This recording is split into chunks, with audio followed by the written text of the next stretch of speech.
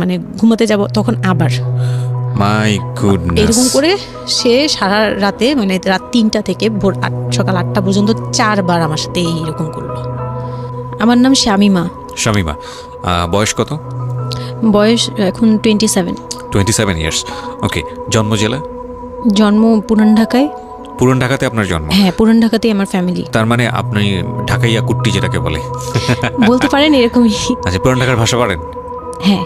ওকে, ঠিক আছে, আপনি যে ভাষাতে যেভাবে বলতে কমফোর্ট ফিল করেন সেভাবেই বলবেন। তো আমাদের এই যে অনুষ্ঠানটি জীবন গল্প, এটা নিশ্চয়ই আপনি শুনেছেন এর আগে? হ্যাঁ, শুনেছি। ওকে, ঠিক আছে, তাহলে আপনার আইডিয়া আছে। জি বলুন, আপনি কি গল্প আজকে আমাদেরকে শোনাতে এসেছেন? আমি আমার ছোটবেলা থেকে মানে জন্ম থেকেই শুরু করতে চাচ্ছি। জি শিওর। আমি হচ্ছি আমার বাবা যিনি ছিলেন উনিও পুরান ঢাকার, আমার মাও পুরান ঢাকার। তো আমি যদি আমার গল্পটা বলতে চাই তাহলে আমার একদম জন্মের আগে মানে আমার বাবা আমার বিয়ে থেকে শুরু করতে চাচ্ছি। নিশ্চয়ই, নো প্রবলেম। তো আমার বাবা ছিলেন একজন ব্যবসায়ী পুরান ঢাকার। আচ্ছা। আর আমার মানে পাশাপাশি উনি হোমিওপ্যাথিক ডাক্তারও ছিলেন। ওকে। তো খুব ভালো একজন মানুষ ছিলেন। আর আমার আম্মু ছিলেন জমিদার, মানে জমিদার টাইপের, পুরান ঢাকায় লাইক জমিদার যেরকম থাকে আর কি, জমিদার বাড়ির মেয়ে ছিলেন। মানে পুরান এমন কি ছিল যে আগের পিতামহ বা প্রপিতামহ যেটাকে বলি জমিদার ছিল, এরকম? হ্যাঁ, এরকম। মানে আমার নানাই ছিলেন জমিদার। ওই এলাকার সব বিচারশালী উনি করতেন, প্রভাবশালী খুব। জি। তো ওই দিক থেকে আমার বাবা তো বিয়ের প্রস্তাব দেয়নি, মানে ফ্যামিলি থেকেই। আমার বাবার আবার একটা বিয়ে করেছিলেন আরও 8 বছর আগে আমার আম্মুকে বিয়ে করার, ওটা ছিল লাভ ম্যারেজ। তো আব্বু আর ওই বড় আম্মু একসাথে পড়াশোনা করতেন, ওই দিক থেকে দুজন পরিচয় হয়ে বিয়ে হয়েছিল। কিন্তু 1.5 বছর পরে আমার ওই বড় আম্মু মারা যায়, অসুস্থ হয়ে মারা যান। তারপর আমার আব্বু আর বিয়ে করবেন না এরকম বলেছিলেন যে আর বিয়ে করবো না। তারপর প্রায় 8 বছর পরে আমার দাদু আর ফুপ্পিরা মিলে মানে আমার আম্মুকে চুজ করে তারপর বউ করে নিয়ে আসেন। তো আমার আম্মু খুব অসুস্থ থাকতেন প্রায়, আমার আম্মু একটু ফিজিক্যালি একটু দুর্বল। তো ওইখান থেকে আমার আম্মুর বিয়ের প্রায় 2-3 বছর পরে আমার একটা বোন হয়। সেই বোনটা মারা যায় 6 মাসের মাথায়। আমার বোনটা মারা যায়। বোনটা মারা যাওয়ার পরে আমার আরেকটা কথা আমি এখানে ভুলে গেছি, যে আমার যে ফার্স্ট মা ছিলেন মানে বড় মা, আমার আব্বুর যে রিলেশন ছিল ওইখানে একটা মেয়ে হয়েছিল। ওই মেয়েটার প্রায় 6 মাসের মাথায় মানে পেট খারাপ করে অসুস্থ হয়ে মারা যায়। তো তার পরপরই আমার বড় মাও মারা যায়। তো ওইখানে হচ্ছে আমার ওই বাচ্চাটা ছিল মেয়ে বাচ্চা। হ্যাঁ, তো ওর পরে আমার আব্বু 8 বছর পর বিয়ে করে। তারপর আমার মার একটা মেয়ে হয়, ওই মেয়েটাও মানে ওই মেয়েটা হচ্ছে জন্মের সময় মারা যায়, আর ওই ফার্স্টেরটা হচ্ছে 6 মাস পর মারা যায়। তো এই মেয়েটা হচ্ছে জন্মের সময় মারা যায়। তারপর তার 5 বছর পর আমার ভাইয়া হয়, আমার ভাইয়া আসে। তারপর আমার আম্মুকে বলা হয়েছিল যে আপনার হয়তো অপারেশন করতে হবে, কারণ আপনি আর কনসেপ্ট করতে পারবেন না, খুব অসুস্থ ছিল আম্মু। 2টাই সিজার ছিল, তো ওই সময়টাতে আর কি সিজার বেশি করা যেত না, তাহলে রিস্ক মানে লাইফে একটা রিস্ক থাকে। তো ওই দিক থেকে আমার আম্মুকে বলা হয়েছিল যে আপনার হয়তো বা ইউট্রাসের অপারেশন করতে হবে। তো আমার আম্মু তখন বলেছিল যে না, আমার একটা মেয়ে দরকার, খুব অসুস্থ অবস্থায় বলেছিল আমার একটা মেয়ে দরকার, মানে আমার যদি একটা মেয়ে থাকতো খুব ভালো। হয়তো বা সৃষ্টিকর্তাই চাচ্ছিলেন যে একটা মেয়ে, মানে আমি যে আসবো এটা তো আর উনি জানতেন না, কিন্তু থাকে না যে অনেক সময় কিন্তু মিলে যায় এরকম। তো আমার আব্বু বলছিল যে মেয়ে হোক ছেলে হোক, আরেকটা হলে ভালো হয়। তো ওইভাবে ট্রিটমেন্ট নিয়ে আমার প্রায় 2 বছর পরে আমি আমার আম্মুর মানে পেটে আসি। তারপর আমার জন্ম হওয়ার পরে আমরা ভালোই ছিলাম। আব্বুর বিজনেস ভালো ছিল। কিসের বিজনেস ছিল? ওনার হচ্ছে ইলেকট্রিক পার্সের বিজনেস ছিল। তো ওখান থেকে আব্বুর মানে ভালো বিজনেস করতেন। পুরান ঢাকায় ছিলাম আমরা 4 জন, একটা ফ্ল্যাট নিয়েছিলাম। আব্বু বিজনেস করতো, আমি স্কুলে ভর্তি হলাম, ভাইয়া স্কুলে ভর্তি হলো। তো খুব ভালোভাবেই কাটছিল দিনকাল।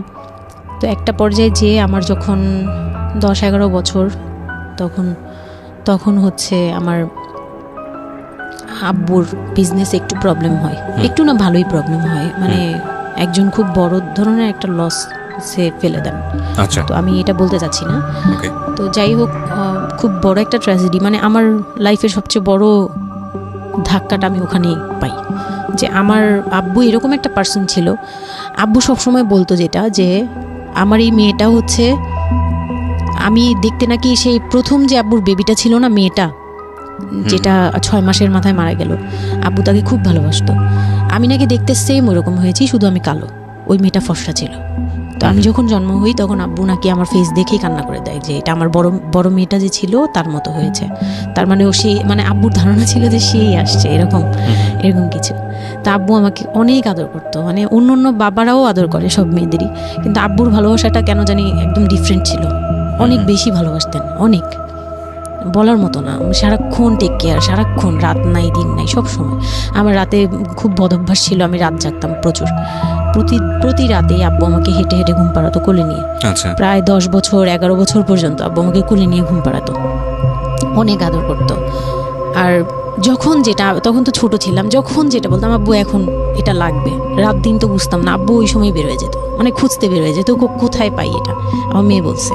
তো ভাইয়ার সাথে খুব একটা এরকম হয় নাই, আমার সাথে বেশি হতো, তো ভাইয়া এটা নিয়ে একটু জেলাসও করতো। আর সাধারণতই কিন্তু মানে ভাই বোনের মধ্যে এই এটা থাকে, তো আমাদের মধ্যেও এরকম ছিল। তো আব্বু যখন বিজনেস লস হলো তখন খুব বেশি মানে আব্বু ভেঙে পড়লো, আমরাও মোটামুটি, আমি তো আর বুঝি না, কিন্তু আমি তখন বুঝতাম যে আমার কিছু একটা কমতে যাচ্ছে, মানে কমতি হচ্ছে আমার, কারণ সব কিছু চাওয়ার পরপরই পাওয়া আর একটু লেট করে পাওয়া, এগুলো নিয়ে একটু মেন্টালি এতে পড়ে গেলাম। তো আব্বু বুঝতে দিত না, শুধু আম্মুকে বলতো যে ওদের বুঝতে দিবে না, আম্মু আমাদের বুঝতে দেয়নি কখনো, এরকমভাবে করেনি। কিন্তু একটা সময় দেখলাম কি আব্বু বাসা চেঞ্জ করছে, ছোট বাসা নিচ্ছে, মানে এগুলো খুব ব্রেনে গিয়ে লাগলো যে ছোট বাসা কেন আর এরকম কেন হচ্ছে। আব্বু আস্তে আস্তে ব্যবসা ঘটাচ্ছে, নতুন কিছু করার চিন্তা করছে, মানে এগুলো নিয়ে আমিও খুব ডিপ্রেসড হয়ে গেলাম। তখন আমি ক্লাস 6-7 পড়ি, এরকম হবে 7 থেকে 8 উঠবো এরকম।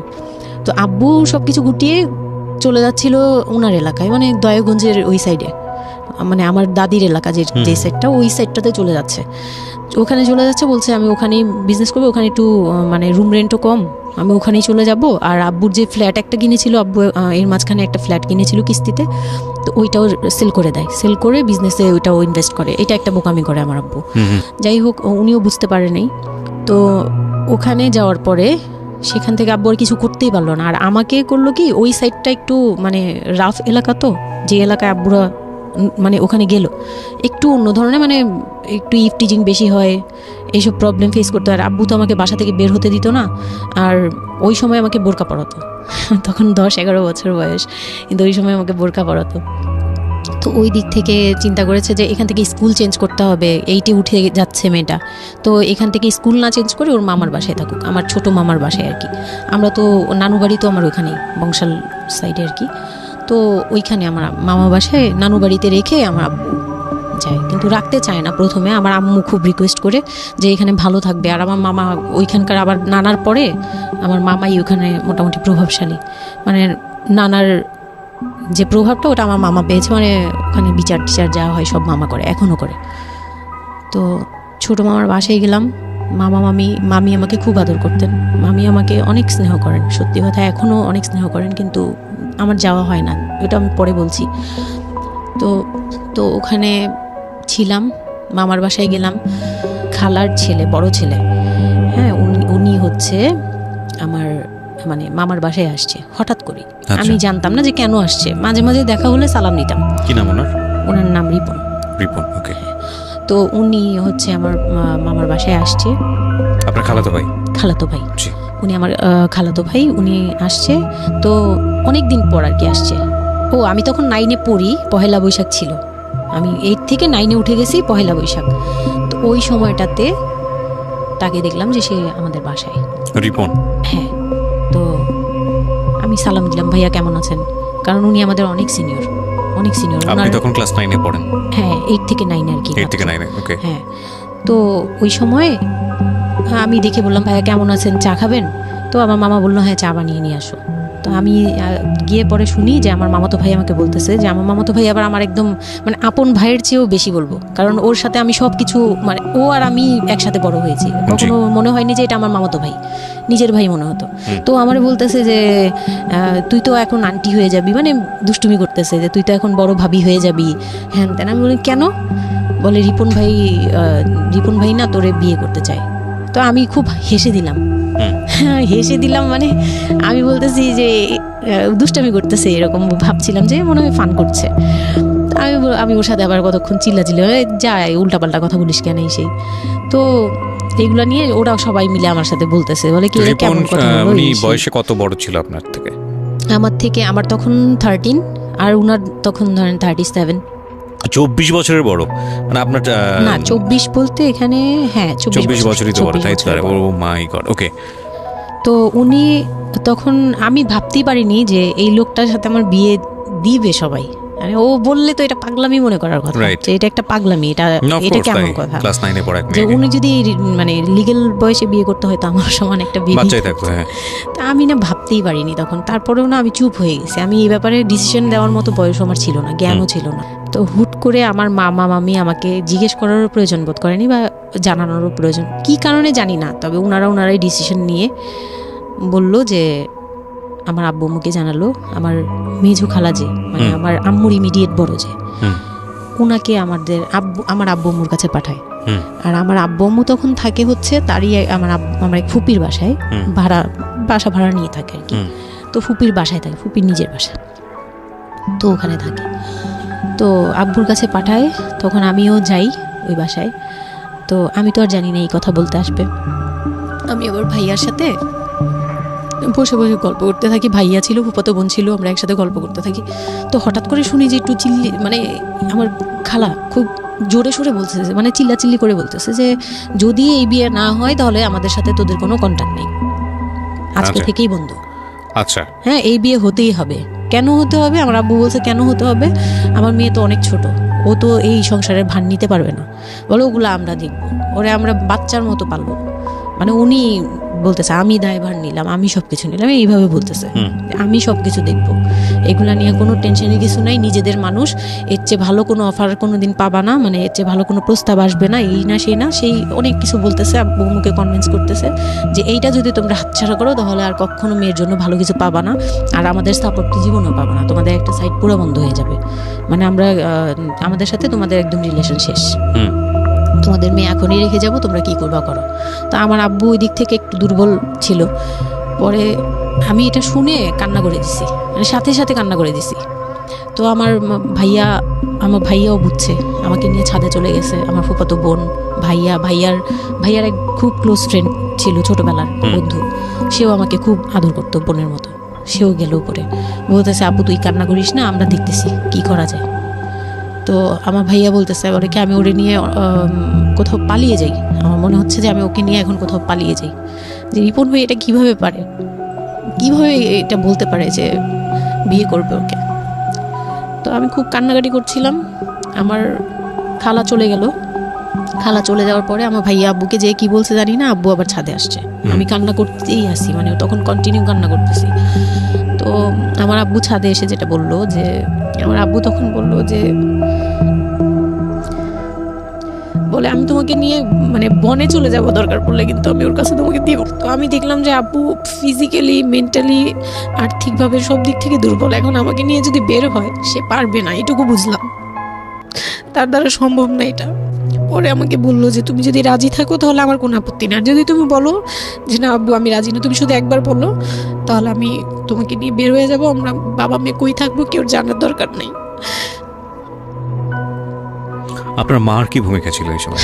আমার মা তখন বলতেছে যে দিবে, আমার মা ইচ্ছা ছিল যে দিবে, কারণ আমার মা তখন এই জিনিসটা বুঝে না, মানে আমার মা এমনিতেও অনেক সহজ সরল, সত্যি কথা বলতে ওনার দোষ না এটা, সেইটা বুঝতো না যে এই যে ডিস্টেন্সে বিয়ে দিলে এই বিয়েগুলো টিকে না। বা 24 বছর বয়সের ডিফারেন্স, এগুলো নোট করবেন, এবং খুব ইম্পর্টেন্ট, আসলে খুবই ইম্পর্টেন্ট, কারণ বয়সের গ্যাপটা না ঠিক আছে, কিছু কিছু মানুষের জীবনে যে ব্যতিক্রম ঘটে না তা কিন্তু না, কিন্তু এই ব্যতিক্রমটা যদি আমরা উদাহরণ হিসেবে নিয়ে সবার উপর চাপিয়ে দেওয়ার চেষ্টা করি তাহলে কিন্তু সেটা সম্ভব নয়। ঠিক আছে, একটু খেয়াল করবেন, 24 বছরের ডিফারেন্স হচ্ছে ও এবং ওর খালাতো ভাই রিপনের মধ্যে। ও যখন 13 বছর তখন ওর খালাতো ভাই হচ্ছে 37। So it's a huge gap. সাধারণত বলা হয়ে থাকে 4-5 বছরের গ্যাপ ইজ ওকে, কিন্তু এর থেকে বেশি না হওয়াটাই বেটার। সেক্ষেত্রে 24 বছর, কোথায় 4-5 বছর আর কোথায় 24 বছর। হ্যাঁ, দেন হচ্ছে ওই বিয়েটা মানে আপনি কি বললেন? এখন তো আমি সিদ্ধান্ত তখন- আসলে আপনার জায়গায় ছিল। সিদ্ধান্ত আমার জায়গায় বলতে আমি তখন 13 বছর বয়স, তো মানে আমি তখন প্রেমও করিনি একটাও। হুম, মানে একটা এজ থাকে কিন্তু সবকিছুরই। হুম, মানে তখন দেখতাম যে আশপাশে মানে যারা কলেজে পড়ে, হুম, আমার একটা টার্গেট ছিল যে আমিও একদিন কলেজে পড়বো, আমার অনেক ফ্রেন্ড সার্কেল থাকবে, হয়তো বা আমার ভালো একটা রিলেশন থাকবে, হুম, বা বিয়ে হবে, এরকম সবারই একটা ইয়ে থাকে। কিন্তু ওই বয়সটাতে আমার ওইটুকু যাওয়ারও মানে ওই চিন্তাতে আমি যাইনি তখনও, যে আমি একটা রিলেশন করব আর ওই জায়গায় বিয়ে। তো আমি আমার আব্বুকে মনে প্রাণে বিশ্বাস করতাম, তো আব্বুর উপরে ছেড়ে দিলাম। আব্বুকে আর ভাইয়াকে বললাম যে দুইজন সামনে ছিল, আমাকে বারবার জিজ্ঞেস করতেছে তুমি যদি ইয়েস বলো ইয়েস, তুমি যদি না বলো তাহলে আমি তোমাকে নিয়ে বেরিয়ে যাবো। আমার ভাইয়াও বলতেছে বলে আমিও আপনার সাথে যাবো। তো আমি দেখতেছি আব্বু এমনিতেই 1 থেকে 1.5 বছর বা 2 বছর ধরে এরকম সার্ভাইভ করতেছে, মানে নিজে যুদ্ধ করে পারতেছে না, কাজকর্ম সব কিছু বন্ধ হয়ে গেছে, মানে বিজনেস টিজনেস সব গুটিয়ে ফেলছে। তারপর উনি যে এখন নিজে চলবে ওইটাই চলতে পারতেছে না, মানে খুব কষ্ট হচ্ছে। আমাকে আমার মতো মানে আমাকে যেখানে উনি একটা রাত 24 ঘন্টা একবার হলো আমাকে দেখতে হতো, ওই জায়গায় আমার মামার বাসায় ফেলে রাখছে, প্রতিদিন হেঁটে যেত, দেখে আসতো, একবার হলেও দেখে আসতো, মানে এরকম কষ্টগুলো করছে। ওই দিক থেকে চিন্তা করে দেখলাম যে না, আমার আসলে ওনাকে প্রেশার দেওয়া উচিত না, ওনার উপর ছেড়ে দিই। তখন আর কি এটাই মাথায় কাজ করছে যে আব্বু আপনি যেটা বলবেন সেটাই। পরে তার 1 সপ্তাহের মধ্যে 14 এপ্রিল পয়লা বৈশাখ আর 23 তারিখে আমার এঙ্গেজমেন্ট হয়। এঙ্গেজমেন্ট হয়ে যায়। হ্যাঁ, ওই উনি একদম খুব তাড়াহুড়া করে যে এঙ্গেজমেন্ট হতে হবে, বিয়ে হতে হবে খুব শীঘ্রই, তো ওইভাবে এঙ্গেজমেন্ট হয়। মানে এঙ্গেজমেন্টের পরেও আমি একদম স্টপ, আমার মাথায় কিছুই, তখন আমি পুরোপুরি ব্ল্যাঙ্ক, মানে আমি যে নিজের থেকে কিছু বলবো কিছু করব আমার ভিতরে ওইগুলো আর কাজ করছিল না। স্কুলে যাইতাম, অনেক সময় যাই না, এরকম আর কি, যে যেতে ইচ্ছে করলে যাই, না ইচ্ছে করলে যাই না, ওকে। এরকম হয়ে গেলাম। এঙ্গেজমেন্টের 3 মাস পরে বিয়ে হওয়ার কথা ছিল, কিন্তু ঘুরতে ঘুরতে 4 থেকে 5 মাস ইয়ে হলো। তো 2004-এ 4 থেকে 5 মাসের মধ্যে সে আমার সাথে অনেকবার দেখা করতে চাইছে, কেউ দেখা করতে দেয়নি, কারণ আমার ফ্যামিলি খুব রেস্ট্রিক্টেড ছিল এইসব ব্যাপারে, কেউ দেখা করতে দেয়নি। আর আমিও ভয় পেতাম, তো আমি খুবই ভয় পেতাম, ওনাকে অনেক ভয় পেতাম, সোজা কথা আমি ওনাকে খুব ভয় পেতাম। তো এর মাঝখানে এক ভাবি, আমার নানু বাড়িতে ছিলাম, তো মানে মামার বাড়ি, আমার মামার নিজের বিল্ডিং হচ্ছে একটা, আর নানু বাড়ি পুরোনোটা, যেটা পুরোনো বাড়ি, ওখানে তো আমার সব জয়েন্ট ফ্যামিলি, মানে আমার অন্য মামারা এবং মামাতো ভাইয়ের বউরা সবাই একসাথে থাকে। তো আমার এক মামাতো ভাইয়ের বউ তাকে খুব রিকোয়েস্ট করছে যে ভাবি আপনি ওকে একটু ডেকে দেন, কথা বলবো। তো আমার মামাতো ভাইয়ের বউ মনে করছে যে সে তো তাদের তো বিয়েই হচ্ছে, তো সমস্যা কি, ডেকে দিই। তো আমাকে আর বলে নেই। প্রথম একবার আমাকে বলছিল যে দেখা করে দিবে, তখন আমি বলছি না আমি যাবো না, আমি দেখা করবো না, আমার খুব ভয় লাগতো। তখন আমার বিয়ের মনে হয় 1.5-2 মাস আগের কথা এটা। তো আমার মামাতো ভাইয়ের বউ আমাকে ডাকছে যে কিছু একটা বলে, মানে জামা বানানো বা সামহাও এরকম কিছু একটা, অনেক বছর আগে, তো ভুলেও গেছি যে কি একটা কারণে আমাকে ডাকছে সে। তো আমি গেলাম, একদম মনের অজান্তেই গেলাম। গিয়ে পরে রুমে গেছি, পরেই দেখি হইলো মানে রিপন বসে আছে। তো বসে আছে দেখে না আমার একদম খুব একটা আঘাত লাগলো যে এই ভাবি আমাকে এইভাবে নিয়ে আসলো। আর ভাবি তো মজা করে, মানে ওনারও দোষ না, উনি ভাবতেছে যে নতুন বিয়ে হবে, ওদেরকে একসাথে করিয়ে এসে। তো উনি বললো কি আচ্ছা তোরা বস, আমি চা নিয়ে আসি, এরকম বলে উঠে গেল না, আমার আরও ভয় লেগে গেছে। আর তখন আমি গিয়ে দেখতে পারলাম যে ওই লোকটার আচরণ খুবই খারাপ। মানে আমার কাছে তখন মনে হয়েছে যে কেন মনে হলো এটা? কেন মনে হলো, হুট করে ভাবি যখন গেল, সে সাথে সাথে আমার পাশে এসে বসছে এবং আমাকে মানে খুব মানে নোংরাভাবে টাচ করতেছে। তখন আমার বয়স খুব ছোট, তো স্বাভাবিক না এটা আমার কাছে ভালো না লাগার কথাই, কারণ মানে কথা হয় আমি না। তাকে বড় ভাই জানি। এক্স্যাক্টলি, মানে কয়দিন আগেও তো সালাম কালাম দিয়ে দূরে থেকে কথাবার্তা হ্যাঁ, বড় বললাম। ভাইয়া বলতাম, সবাই মানে তাকে বড় ভাইয়াটাকে, আমিও বড় ভাইয়া ডাকতাম ওই ইয়ে থেকে। আর সেই লোকটা এসে আমাকে মানে খুব অপ্রীতিকর ভাবে জড়িয়ে ধরতেছে, তারপর জড়াজড়ি করতেছে, মানে খুব ঘেন্না লেগে গেল। আমি খুব জোরাজোরি করে আমি বললাম আমি এখন চিল্লাচিল্লি করবো, মানে তখন আমার খুব খারাপ লাগতেছিল, তখন বললাম আমি চিল্লাচিল্লি করবো বলে আমি একটু জোরে বলছি। পরে উনি আমাকে ছেড়ে দিয়েছে, আমি এমন দূর দিয়েছি একবারে সরাসরি মানে মামার বাসায় চলে গেছে, আর আসিনি। আর ওখানে গিয়ে অনেক কান্নাকাটি করছে যে এখন তো নাও করা যাবে না, আর এই লোকটা এরকম কেন, এই লোকটা তো তাহলে বিয়ের পরে, মানে আমার একটা ভয় ঢুকিয়ে গেছে যে এই লোকটা তো তাহলে আমাকে না জানি কি করবে, এরকম একটা ভয় ঢুকিয়ে গেছে। তখন তো ছোট ছিলাম, আর আমাদের ওই সময়টাতে তো এত মিডিয়া ছিল না যে আমরা এত কিছু বুঝবো যে এক্স্যাক্টলি মানে এক্স্যাক্টলি এই আর কি। তো ওখানে তারপর 1.5 থেকে 2 মাস পরে বিয়ে হলো। এর মাঝখানে অনেকবার ফোন টোন করতো, এই করতো, আমি রেসপন্স করতাম না। তো বিয়ে যেদিন হলো, বিয়ের রাতের কথাটা কি বলবো। নিশ্চয়ই আপনার যদি মনে হয় যে বিষয়টা সামাজিকতার জায়গাটা থেকে খুব সেন্সিটিভ, একটা মেয়ের মানসিকতার জায়গাটা থেকে, যেটা আসলে এটা আমার বলার মতো শক্তিও নাই। সত্যি কথা বলতে আমি এটাই আমার লাইফের সবচেয়ে বড় ট্র্যাজেডি, বিয়ের রাত। হয়তো আপনি খেয়াল করছেন কিনা জানি না, কিন্তু আপনি মাঝখানে বললেন যে আমি অ্যাফেয়ার করবো কিভাবে, আমার মন তো তখনই ভেঙে দিছে। আমার ভিতরে একটা ভয় কাজ করে।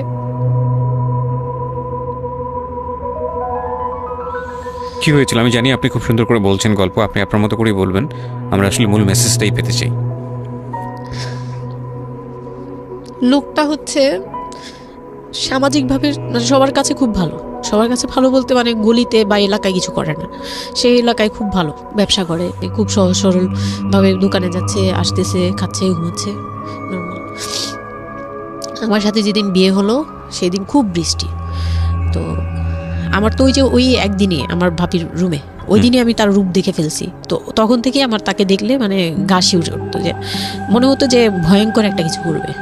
মানে মনে হতো, তখন আমি বুঝতাম না, সেক্সুয়াল লাইফটা বুঝতাম না যে সেক্স কি জিনিস, কিন্তু তখন একটা ভয় ঢুকে গেছে, খুব চাপা একটা ভয়। প্রথম কথা হচ্ছে যে আপনি একটা ছেলে এবং মেয়ের মধ্যে যে স্বাভাবিক সম্পর্কটা বিবাহ পরবর্তী, এটা সম্পর্কে আপনার কোনো আইডিয়া ছিল? আপনাকে কেউ বলেছে? এটা সম্পর্কে কোনো আইডিয়াই ছিল না, শুধু জানতাম যে কিছু একটা হয়, আচ্ছা, কিন্তু কি হয় সেটা আপনি জানতেন না?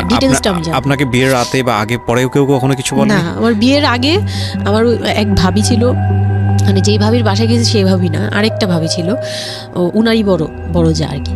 তো ওই ভাবি আমাকে জাস্ট কানে কানে বলছে যে আজকে কিন্তু যাই হোক একদম চুপ থাকবি, আমাকে এইভাবে বলছে। শুধু এটা বলেছে আজকে যাই হোক, আরো ভয়ানক কথা বলেছে, মানে এটা শুনলে আরো ভয় লাগে। যাই হোক কি হবে, বলে কিছু বুঝো না তুমি, হ্যাঁ কিছু এতই ছোট, কিছু বুঝো না, এইগুলি বলতেছে। মানে আপনার মনে আরো বেশি ভয় ঢুকে গিয়েছে। কোনো ধরনের চিল্লাচিল্লি করবি না, চুপচাপ থাকবি, মানে জাস্ট হাসি মুখে এরকম করে বলছে। কিন্তু আমার কাছে একটু ভয় লাগছে তখন, যে এই লোকটা তো ওই সময় যদি এরকম মানে খপ করে জড়া ধরতে পারে, এই লোক কি করতে পারে, কি হতে পারে, মানে এই টাইপের একটা ভয় কাজ করছে তখন এই জিনিসগুলো বুঝতাম না, মানে ফিজিক্যাল রিলেশন বা এগুলি এই সম্পর্কে কিছুই জানতাম না। জানতাম যে কিছু একটা হয়, হাজব্যান্ড ওয়াইফে কিছু হয়, কিন্তু কি হয় এটা জানতাম না, এরকম ছিলাম। তো নর্মালি যখন বিয়েটা হলো, কমপ্লিট হলো, সে তো মানে কতক্ষণে রুমে যাবে এরকম। একটু পজ দিচ্ছি আমি এখানে, কারণ আমি জানি যে ম্যাক্সিমাম, আমি গেস করছি এখানে, কারণ এদিকে এখানে যারা শুনবে বা এই মুহূর্তে যারা শুনছে তাদের ইন্টেনশনটাকে আমি একটু ক্লিয়ার করতে চাই। সেটা হচ্ছে আমরা এটা বলি যে this is an entertaining show, but এই জীবন গল্প বলেন বা আমার লাস্ট 7-8 ইয়ার্সের ক্যারিয়ারে আমি রেডিওতে যে ধরনের প্রোগ্রাম করেছি, সোশ্যাল অ্যাওয়ারনেসের জায়গাটা থেকে এটা কী ধরনের ভূমিকা রেখেছি সেটা আপনারা আপনাদের জায়গা থেকেই ভালো মূল্যায়ন করতে পারবেন। বাট আমি একটু করজোরে আপনাদের কাছে একটা মিনতি করতে চাই, এই ঘটনাটাকে সিনেমা হিসেবে না দেখে, সিনেমার পর্দায় কিছু একটা ঘটতে যাচ্ছে এরকম একটা কিছু হিসেবে না দেখে, রেডিও হিসেবে না দেখে, একটু নিজের জায়গা থেকে চিন্তা করে দেখবেন, বা যদি বিষয়টা এরকম হয় একটা মানবিক জায়গা থেকে একটু চিন্তা করে দেখবেন। 24 বছরের গ্যাপ হাজব্যান্ড আর ওয়াইফের মধ্যে, 24 ইয়ার্স, 13 বছরের একটা মেয়ে, যে মেয়েটার জীবনে প্রেম বলতে কোনো কিছু আসেনি, শারীরিক সম্পর্ক কি সে বোঝেই না, এবং দ্বিতীয়ত যে বিষয়টা ইম্পর্টেন্ট, বয়ঃসন্ধিকালের একেবারে ইনিশিয়াল স্টেজে সে আছে, সে জানি না আসলে বিষয়গুলো কি।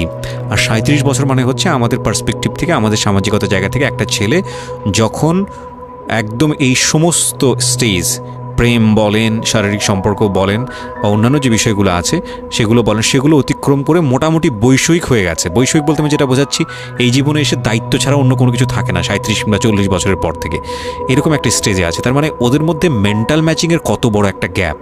সেই জায়গাটা থেকে ছেলেটা যদি মেয়েটাকে বুঝতে না চেষ্টা করে, বিশেষ করে ছেলের দায়িত্ব, কারণ যেহেতু সে সিনিয়র, যদি বুঝতে না চেষ্টা করে, তাহলে এটা কতটা অমানবিক এবং কতটা পাশবিক, কতটা ভয়ঙ্কর হতে পারে মেয়েটার জায়গাটা থেকে, এটা একটু চিন্তা করবেন। সো বিশেষ করে যারা বাসরাত বিষয়টাকে মাথায় রাখছেন, তাদেরকে আমি বলবো প্লিজ থিঙ্ক লাইক দিস। হ্যাঁ, এখানে একটু মানবিক হওয়া প্রয়োজন। এখানে যদি আমরা শুধু এন্টারটেনমেন্ট হিসেবে বিষয়টাকে নেই, তাহলে আমি আসলে যে কারণে এই বিষয়টা আনতে চাচ্ছি সেই মেসেজটা ক্লিয়ার হবে না। Okay, so please feel the story actually. তারপর বিয়ের দিন যেটা আর কি, রাতের বেলা সবাই আমাকে নিয়ে আসলো বাড়িতে, মানে ওনাদের বাসায়। তো ওই বাসায় হচ্ছে একটা রুম, মানে প্রথম হচ্ছে বাসায় ঢুকেই কোনো বারান্দা টারান্দা কিছু নেই, শুধু রুম আর সিঁড়ি, আচ্ছা সিঁড়ি ঘর। মানে পুরান ঢাকার বাসাগুলো একটু বেশি হয়তো, খুব ছোট ছোট হয়তো, ঘিঞ্জি টাইপের হয়। হ্যাঁ, আমি একদম। একসময় জিএসআরসিতে কাজ করতাম, আমার ফার্স্ট জব ছিল ওটা, আমি সার্ভে করেছিলাম পুরান ঢাকায়। আচ্ছা। সেটাই আমার প্রথম পুরান ঢাকায় যাওয়া, এবং আমার কাছে মনে হয়েছিল যে আমি কোথায় এসেছি। অনেক ঘিঞ্জি ভাইয়া, না, এখনো এটা কারণ এখন হচ্ছে কি, নাই পুরান ঢাকা হয়তো। নিয়ে অনেকেই অনেক কিছু বলেন, কারণ ঢাকাইয়া যারা, তাদের কাছে পুরান ঢাকাটা একটা নস্টালজিক জায়গা। হ্যাঁ। আমি তো আর ঢাকায় বড় হইনি, না। সো আমার কাছে ঢাকা, আমি যখন ঢাকায় প্রথম পাড়া দিয়ে যখন পাবলিক বাসে উঠেছিলাম, তখন আমার কাছে মনে হচ্ছে আল্লাহ আমি কোথায় আসলাম, এই জায়গায় আমি কেন আসলাম। তো নর্মালি হচ্ছে ঢাকা এরকম। তারপরে যখন পুরান ঢাকায় গেলাম, পুরান ঢাকার সাথে আমার ওই ধরনের অ্যাটাচমেন্ট কখনোই ছিল ওটা না। অনেক বেশি, অনেক ঘিঞ্জি ভাইয়া। আমার মনে আছে চকবাজারের যেই চকবাজার নামে একটা যে জায়গা আছে, ওখানে হ্যাঁ, চুরি চকবাজার। পট্টি বা কি যেন একটা আছে না, যে মেয়েদের কসমেটিক্স বিক্রি করে, হ্যাঁ। ম্যাক্সিমাম হচ্ছে নকল, আমি জানি না এখন কিরকম আছে। তো আসল আমি নকল, জীবনে হ্যাঁ, কোনোদিন সবই দেখি আছে। নাই যে একটা মানুষ আরেকটা মানুষকে গলি দিয়ে ক্রস করতে পারে। এবং ইন্টারেস্টিং বিষয় হচ্ছে এখানে তো মেয়েরা ঢোকেই না, এবং ওর ঢোকার পরে ওপরে ছাদ, মানে এমনভাবে বিল্ডিংটা, অনেকগুলো বিল্ডিং মিলে ওই এলাকাটা, হ্যাঁ, ওখানে ধাক্কা আকাশ দেখা লাগবে, যায় না। মানে এরকম একটা অবস্থা যে একজন আরেকজনকে ক্রস করতে খুব ভয়ানক, মানে রীতিমতো ভয়ানক অবস্থা। আর আমি সার্ভে করেছিলাম, যেহেতু আমি বিল্ডিংগুলো সার্ভে করতাম, মানে অনেক, আমি একদম ইউনিভার্সিটিতে অনার্স দিয়ে, না অনার্সের থার্ড ইয়ার বা সেকেন্ড ইয়ারে থাকা অবস্থার ঘটনা এটা, আমি সার্ভে করেছিলাম বিল্ডিংগুলো। তো সেই সময় ওই সময়টাতে আমার একটু জানা হয়েছে আর কি। তো আসলে ভয়ানক রকমের কিনছি। হ্যাঁ, তো বলুন যেটা বলছিলেন।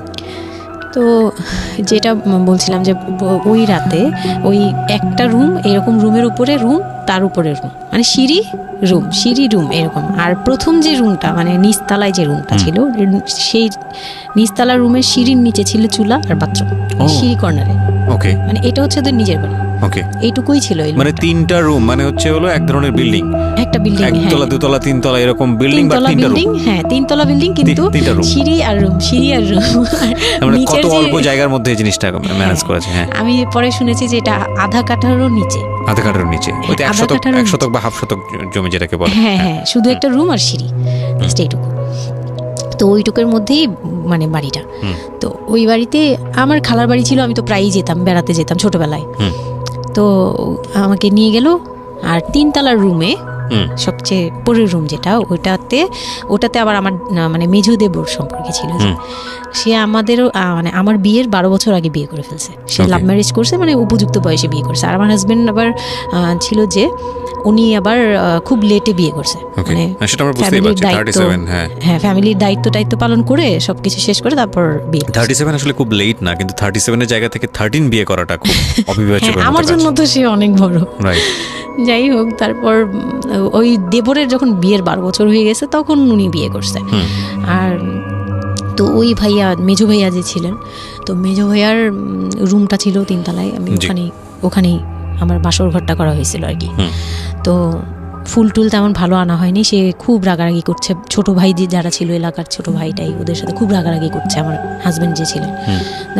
এটা কোনো ঘর সাজানো হলো এই সেই বলে টলে বলতেছে, এখন তোমরা বের হও, অনেক হয়েছে, এখন তোমরা যাও, মানে খুব রাগারাগি করতেছে। তো আমি রাগ দেখে আরো ভয় পেয়ে গেছি প্রথম রাত। তারপর আবার আমি মানে এই অবস্থায় আসছি, বউ হয়ে আসছি, আমার শরীরে ভারী গহনা, শাড়ি টাড়ি, মানে আমি এগুলোর ওজন নিতে পারছি না। 4-5 ঘন্টা হয়ে গেছে আমাকে এগুলো পরায় রাখা হয়েছে, ভারী মেকআপ দেওয়া হয়েছে, আমি এগুলো কখনো ইউজ করিনি ফার্স্ট লাইফে। মানে আমি দেবীর মতো সেজে বসে আছি, এরকম একটা ইয়ে।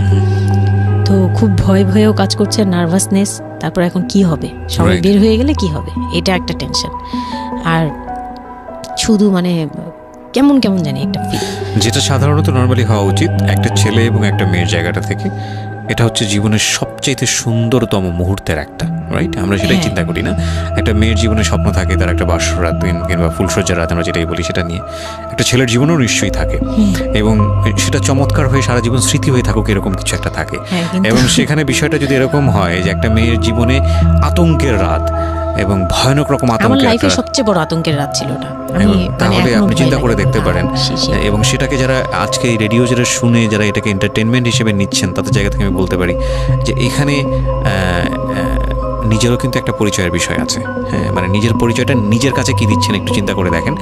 ঘটনার ভেতরে ঢোকার চেষ্টা করুন, এই মেয়েটার মানবিক অনুভূতিটাকে জানার চেষ্টা করুন, অন্য কিছু নয় প্লিজ।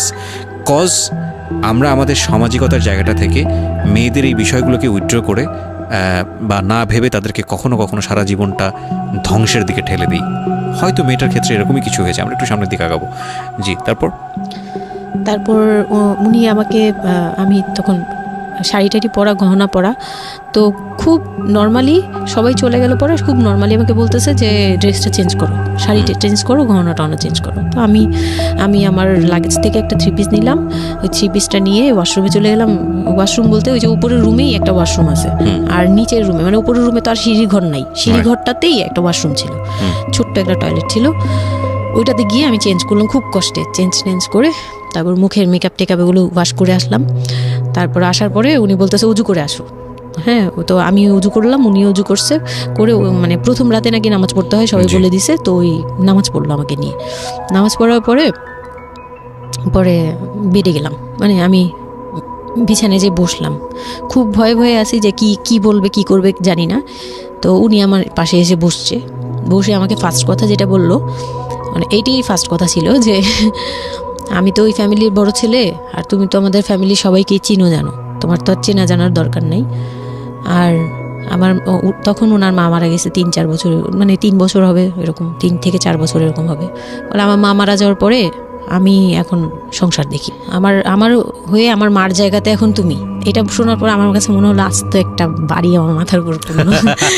এটা আমি যেখানে নিজের মানে এটা একটা বিষয়, ওই কথাটা কিন্তু খুব সুন্দর বলেছে, মানে ওর 37 ইয়ার্সের জায়গাটা থেকে এটা খুব সুন্দর একটা কথা। কিন্তু কথা হচ্ছে 13 বছরের একটা মেয়ে কেন এটা বুঝতে যাবে? ও কিন্তু এটাই বুঝেছে যে এই এত 3 তলা একটা বাড়ি, 3 রুমের একটা বাড়ি ওর মাথার উপরে দিয়ে দেওয়া হলো। দেখুন, এই জিনিসটাই আমি আপনাদেরকে বোঝানোর চেষ্টা করছি যে আসলে সব কিছুর একটা বয়স থাকে। হ্যাঁ, এবং ছেলেটার জায়গা থেকে কিন্তু খুব সুন্দর নামাজ পড়েছে, বসছে, এখন পর্যন্ত আমাদের কাছে ভালোই লাগছে শুনতে। কিন্তু এটা আসলেই কেউ বুঝতে চাইবে? 13 বছরের মেয়েটাকে এই জিনিসটা বুঝতে চাইবে? এইটা বোঝাটা জরুরি ছিল। হ্যাঁ, তারপর উনি যেটা বলছে যে আমার ভাই বোন আছে, সবাই আমার ছোট, কিন্তু আমার তো প্রায় 10-12 বছরের বড়। ওনার যে 10-12 বছরের ছোট, সে আমার 12-13 বছরের বড়। মানে তাকে আমি ছোটবেলা থেকে এইভাবে দেখে অভ্যস্ত। তো এইগুলো চিন্তা ভাবনা, মানে ওই সময় তো আর এত কিছু কিন্তু ওনার ছোট ভাই বোন এগুলা, মানে ওনার কাছে তো এগুলো বাচ্চা এখনো, আর আমার কাছে তারা অনেক বড়। আমি তাদেরকে কি টেক কেয়ার করবো, তারা আমাকে করবে, মানে আমার এরকম একটা বিষয়টা তাই। হ্যাঁ, তো আমি চুপ হয়ে শুধু শুনছিলাম। ও আচ্ছা, মানে আমি কিছু বলার মতো ভাষাও পাচ্ছি না, বা আমি কি বলবো, আমার এখানে ডায়লগই কি ছিল, মানে আমি এরকম মনে হচ্ছে যে কেউ আমাকে একটা স্ক্রিপ্ট ধরাই দিত, আমি একটু দেখে আমাকে কেউ কিছু বলেও না, এই লোক কি বলতেছে। তো যাই হোক, এই কথাটার পরে মানে যখন উনি এটা বলার পরে বলতেছে যে তুমি, আমাদের একটা মানে রুলস আছে, বিয়ের পরে নাকি বাসর ঘরে নাকি কিছু দেয়, হাজব্যান্ড ওয়াইফকে কিছু দেয়, তারপর নাকি টাচ করে, এরকম কিছু একটা। তো আমাকে বলতেছে যে তোমার কি আমার উপর কোনো দাবি আছে? মানে এইগুলো আমি জানতাম না, এগুলো আমি অনেক পরে গিয়ে শুনছি। এগুলো অনেক পরে গিয়ে জানছি যে এই সময় নাকি কিছু চাইতে হয়, মানে এই সময় যা চাইবে তাই দিতে হবে, এরকম কিছু একটা। তো এটাও আমাকে কেউ বলে দেয়নি। আমি ওই সময় একটা লসে পড়ে গেলাম না, মানে এরকম মনে হচ্ছে এখন আর কি। তখন আমাকে এটা কেউ বলে নাই। বাই দ্য ওয়ে, আমরা যার গল্প আজকে এখানে শুনছি উনি হচ্ছেন শামীমা। ওনাকে যদি আপনারা দেখতে চান, আমাদের যিনি আজকে গেস্ট, আমরা একটা ছবি দিয়ে দিয়েছি। তো আমি বললাম যে না, আমি জানতাম না দাবি জিনিসটা কি।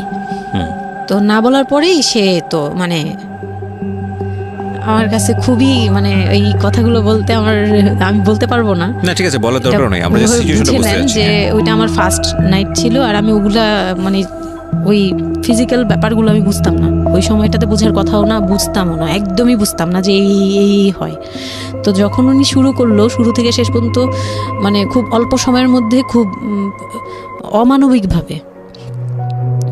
অমানবিকভাবে, মানে এটা এখন বর্তমানে যদি আমি কল্পনা করতে যাই, তাহলে এটা একমাত্র পারে রেপিস্টরাই পারবে, এটা রেপ ছাড়া কিছু ছিল না। এখন বুঝি, ওই সময় বুঝতাম না। আর ওই সময় আমি এগুলো বুঝতাম না দেখে, আর আমাকে একটা কথা বলা হয়েছিল, আমার মাথায় একটা জিনিস কাজ করছিল যে ভাবি বলছে যে এইখানে যা হবে এগুলো সবই ঠিক। হ্যাঁ, এখানে যাই হোক, মানে ভেঙে বলেনি, বলছে তোর সাথে আজকে যা হবে এটি ঠিক, আর এটা মেনে নিতে হবে, আর এটা যদি না মেনে নিস তাহলে মানে এই ধরনের একটা বলছে যে এটা আজকের রাতের কোনো চিল্লাচিল্লি করা যাবে না। তো আমিও চুপ করে, আমার কাছে মনে হচ্ছিল কেউ আমাকে ছুরি দিয়ে আঘাত করতেছে, মানে মনে হচ্ছিল যে কেউ আমাকে ছুরি দিয়ে আঘাত করতেছে, আর আমি ব্লাড দিয়ে পুরো, মানে আমার শরীরে সব ব্লাড বের হয়ে যাচ্ছে। আমার এরকম মনে হচ্ছে যে আমার শরীর থেকে সব ব্লাড বের হয়ে যাচ্ছে, আমি মানে গরু কাটলে যেরকম করে না, আমি এরকম কাঁপতেছি, ওরকম কাঁপতেছি। কিন্তু সে তার কাজ করলো। আমি খুব অবাক হয়েছি যে আমি উঠে বসতে পারতেছিলাম না, সে আমাকে টান দিয়ে উঠে বসায় বলতেছে ওয়াশরুমে যাও। আমি ওয়াশরুমে কীভাবে গেছি আমি জানি না, আমি খুব ধরে খুব কষ্টে কাঁপতে ওয়াশরুমে গেলাম, ফ্রেশ হয়ে আসলাম। আসার পর আমি খুব কষ্টে যে আমি যখন বিছানায় মানে ঘুমাতে যাব তখন আবার মাই গুডনেস, এরকম করে সে সারা রাতে মানে রাত 3টা থেকে ভোর সকাল 8টা পর্যন্ত 4বার আমার সাথে এইরকম করলো। আমি আর সকালে উঠতে পারি না, মানে আমি উঠে বসতে পারি না। তারপর 2-3 দিন কি হয়েছে আমার মাথায় নেই, মানে আমি এখন আর এটা বলতে পারবো না, কারণ আমি পুরো সেন্সলেস ছিলাম আর ওনারে দেখলেই আমার ভয় লাগতো। সে যতবার আসতেছে সামনে, 2-3 দিন আপনি সেন্সলেস অবস্থায় ছিলেন? আমি জানি, মানে আমি সেন্স ছিল, কিন্তু আমি এখন গল্পটা বলতে পারবো না যে এই 2-3 দিনে কি হয়েছে। আচ্ছা আচ্ছা। এই 2-3 দিন আমার বৌভাত হয়েছে, আমাকে পার্লারে নিয়ে যাওয়া হয়েছে, কিন্তু আমি নিস্তব্ধ। আর তখন আমার মানে শারীরিক কন্ডিশন খুব খারাপ, কিন্তু সবাই বুঝতেছিল, কিন্তু কেউ বুঝতে দিচ্ছিল না আমাকে। মানে এভরিবডি অ্যাভয়েড দিস, মানে সবাই জিনিসটাকে অ্যাভয়েড করছে, তারা পার্টিটাকে এনজয় এটা শুধু আপনার ফ্যামিলির সমস্যা না, এটা আমাদের পুরো সমাজেরই সমস্যা। এটা সমাজটাই অ্যাভয়েড করে। এবং আমার মনে আছে I face huge difficulty for the first time যখন আমি রেডিওতে এই ধরনের একটা, আমি নট আজকেই না প্রথম, আমি এটা আগে বিষয়গুলো খুব চ্যালেঞ্জ জায়গা থেকে আমি প্রচার করার চেষ্টা করেছিলাম। অ্যান্ড আই ফেস, এগুলো হয়তো আমার লিসনাররা কখনোই জানে না, আই ফেস হিউজ ডিফিকাল্টিস। যখন আমার প্রথম বইটা পাবলিশড হয় সেটা নিয়েও আমার একটা বড় ধরনের ডিফিকাল্টি ফেস করতে হয়েছে। একটা অদ্ভুত বিষয় হচ্ছে আমাদের সমাজে এই বিষয়গুলোকে আমরা অ্যাভয়েড করি, আমরা ঢেকে রাখতে চাই, আমরা মনে করি এটা একটা ট্যাবু, এটা সমাজে 8-10 জন মানুষের সামনে এটা নিয়ে আলোচনা করা যায় না। একটু চিন্তা করে দেখবেন আলোচনা করা যায় না এটা কোন অর্থে? যদি বিষয়টা নিয়ে সুড়সুড়ি দেওয়া হয়, যদি বিষয়টা নিয়ে এমনভাবে বলা হয় যে এটা এমনভাবে প্রেজেন্ট করা হচ্ছে যেটা একটা রগা বিষয়, এবং সেটা শুনে আরও কারোর মধ্যে এই ধরনের পাশবিক বা সে আসলে এন্টারটেনমেন্টের জায়গা থেকে নিয়ে এটাকে মজা হিসেবে নিল, বিষয়টা তখনই একটা প্রশ্ন আসে। কিন্তু যদি বিষয়টা লেসনের জায়গা থেকে আসে, একটা সামাজিক শিক্ষার জায়গা থেকে আসে, যে একটা পুরুষ সে 37 বছর বয়স, সেটা আমিও হতে পারি, আপনিও হতে পারি, বা যে ছেলেটা ওনার জীবনে এসছে সে তো হয়েছেই, যে তারা যেন কখনো এরকম অমানবিক না হয়। এবং নট অনলি দিস, একটা মেয়ে যখন 13 বছরের থাকে তাকে পরিবারের এত বড় সাপোর্টের জায়গা থেকে বাবা এত ভালোবাসতো, তার জায়গাটা থেকেও কোনো একটা সাময়িক সমস্যার সমাধান করবার জন্য বা যাই হোক না কেন শেষ পর্যন্ত যে রাজি হয়েছে, এরকম এক ধরনের এটা তো জবাই করা আমি বলবো, যে একটা মেয়েকে শুধু শারীরিকভাবে হয়তো সে যেই প্রবলেমটা ফেস করেছে ওই রাতে সেটা হয়তো সে ধীরে ধীরে রিকভার করবে, কিন্তু সারা জীবনের জন্যে সে যে মেন্টালি ওই জিনিসটাকে ভয়ানক রকমভাবে একটা বাজে জায়গায় বাজেভাবে চিন্তা করা শুরু করলো মানুষের জৈবিক চাহিদার জায়গাটাতে, এটা তো একটা মানুষের থিঙ্কিংটাকে জবাই করে দেয়া, তাই না? এবং এইটা কত ভয়ানক রকমের অপরাধ, কত ভয়ানক রকমের ভুল।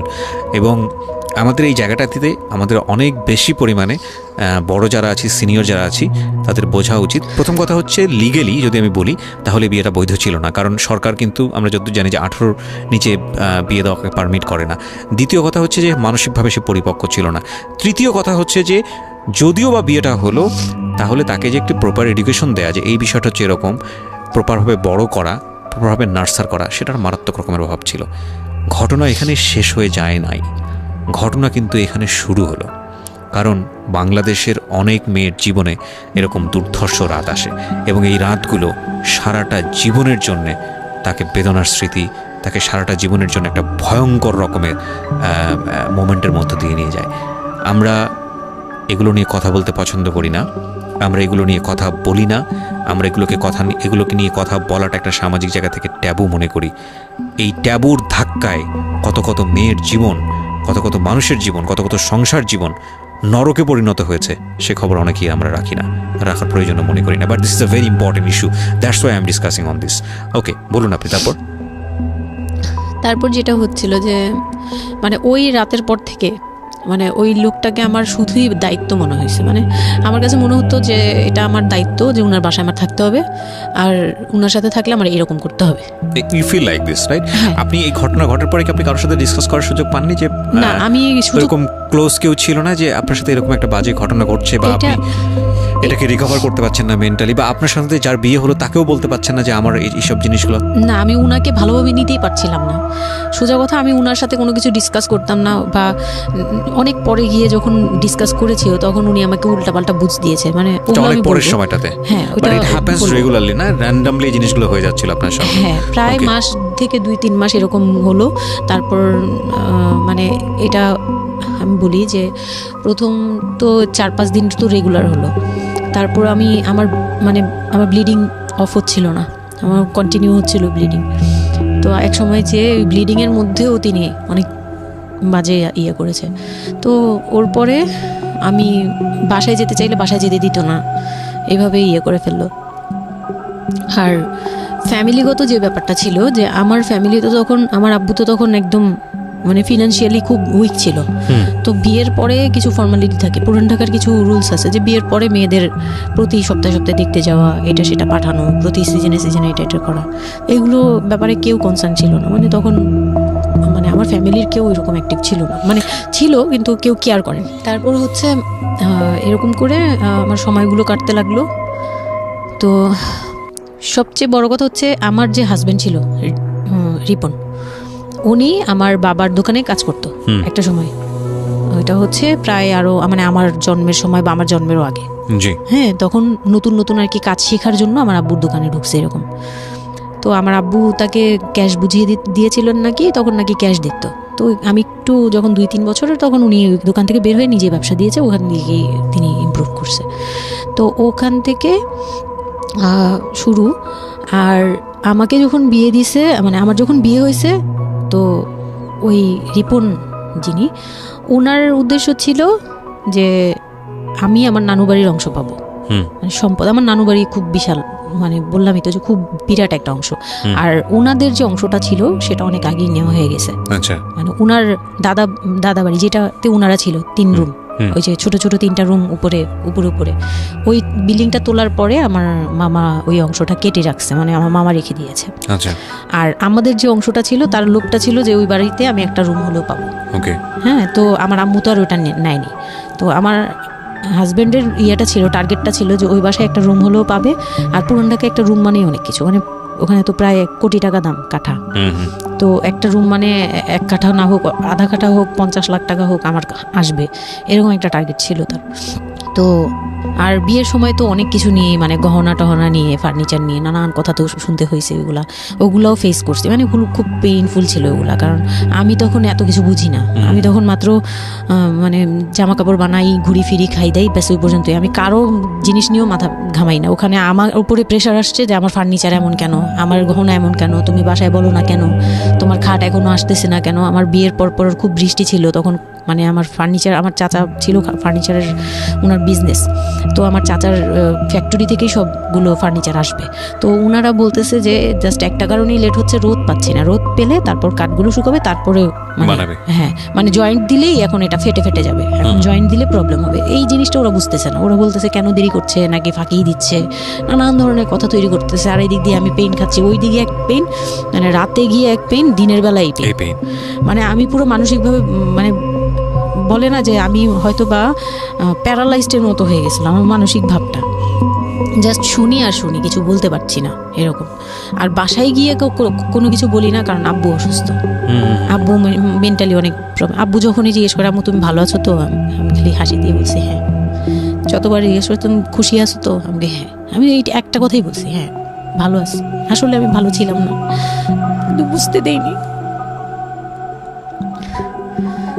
ওই লোকটার ছোট বোনগুলো আমার সাথে অনেক রাফ বিহেভ করছে।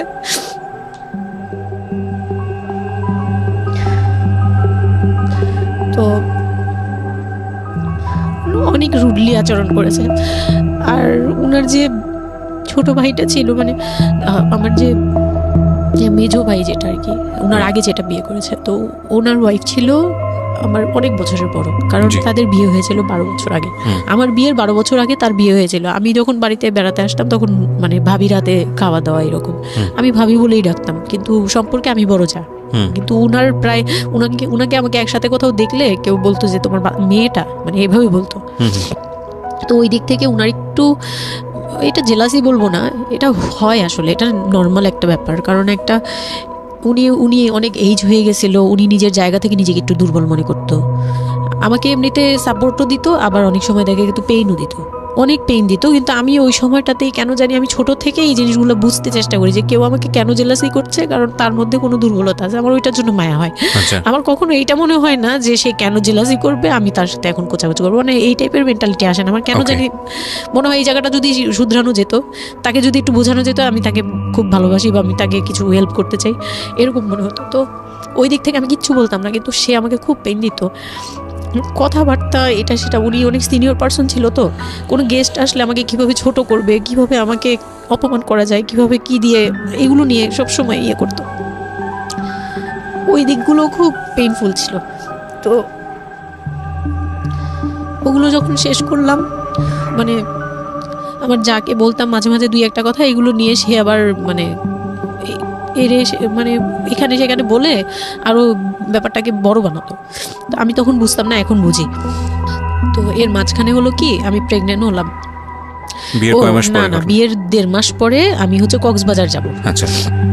আমার হাজবেন্ড বলতেছে যে ঈদ চলে আসছে, তুমি ঈদের মধ্যে কিছু না নিয়ে আসো, ঈদের পরে আমরা কক্সবাজার যাই, এখানে কোনো খরচ টরচ যাতে আমাদের না হয়, হ্যাঁ, এই জন্য আমরা কিছু কিনবো না। আমি বলছি আচ্ছা ঠিক আছে।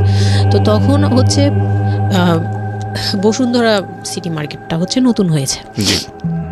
তো উনি বলতেছে আমরা বসুন্ধরা সিটিতে যাব শপিংয়ে, কিন্তু উনি যেটা বলতেছে যে আমার মানে বসুন্ধরা সিটিতে যাবে, কিন্তু আমাকে যে কিছু কিনে দিবে না এটা আমি জানতাম না। তো ওনার সাথে আমি গেলাম, প্রায় 20 থেকে 25 হাজার টাকা শপিং করলো। ওগুলা হচ্ছে সব ওনার বোন জামাই, বোনের বাচ্চা কাচ্চা, মানে ফ্যামিলির জন্য আর কি, ভাই বোন। আমিও পছন্দ করে করে কিনলাম সবার জন্যই যা যা লাগে। কেনাকাটার পরে আমি তো তখন ছোট মানুষ, তখন তো আমার 13-14 বছর বয়স। তো আমি কখনো এমন হয়নি যে আমি ঈদে জামা কাপড় নিইনি বা জামা কাপড় নতুন জামা কিনিনি, এরকম কখনোই হয়নি। তো ওইটা আমার বিয়ের ফার্স্ট ঈদ। তো আমার একটা শখ ছিল কি যে অন্তত একটা কটন ড্রেস হলেও আমি পাবো, এরকম একটা ইয়ে ছিল আমার ভিতরে, যে না আমাকে কি আর না দিবে নাকি, বলছে দিবে না, হয়তো বা ভালো কিছু দিবে না, হয়তো নর্মাল কিছু হলেও আমাকে দিবে, ঈদে তো আর পুরনো জামা পরে থাকবো না। তো আমার এরকম ধারণা ছিল। ও পুরো শপিংটা শেষ করলো সারাদিনে, আমি রোজা রেখে পুরো শপিংটা করলাম খুব চয়েস করে করে। লাস্ট মোমেন্টে যে সে আমাকে নিয়ে চলে আসতেছে, যখন সে আমাকে নিয়ে রওনা দিল, মানে আমার মনটা খারাপ হয়ে গেল। আমি কিচ্ছু বলিনি। প্রথম ঈদ এটা, তো আমি কিচ্ছু বলিনি।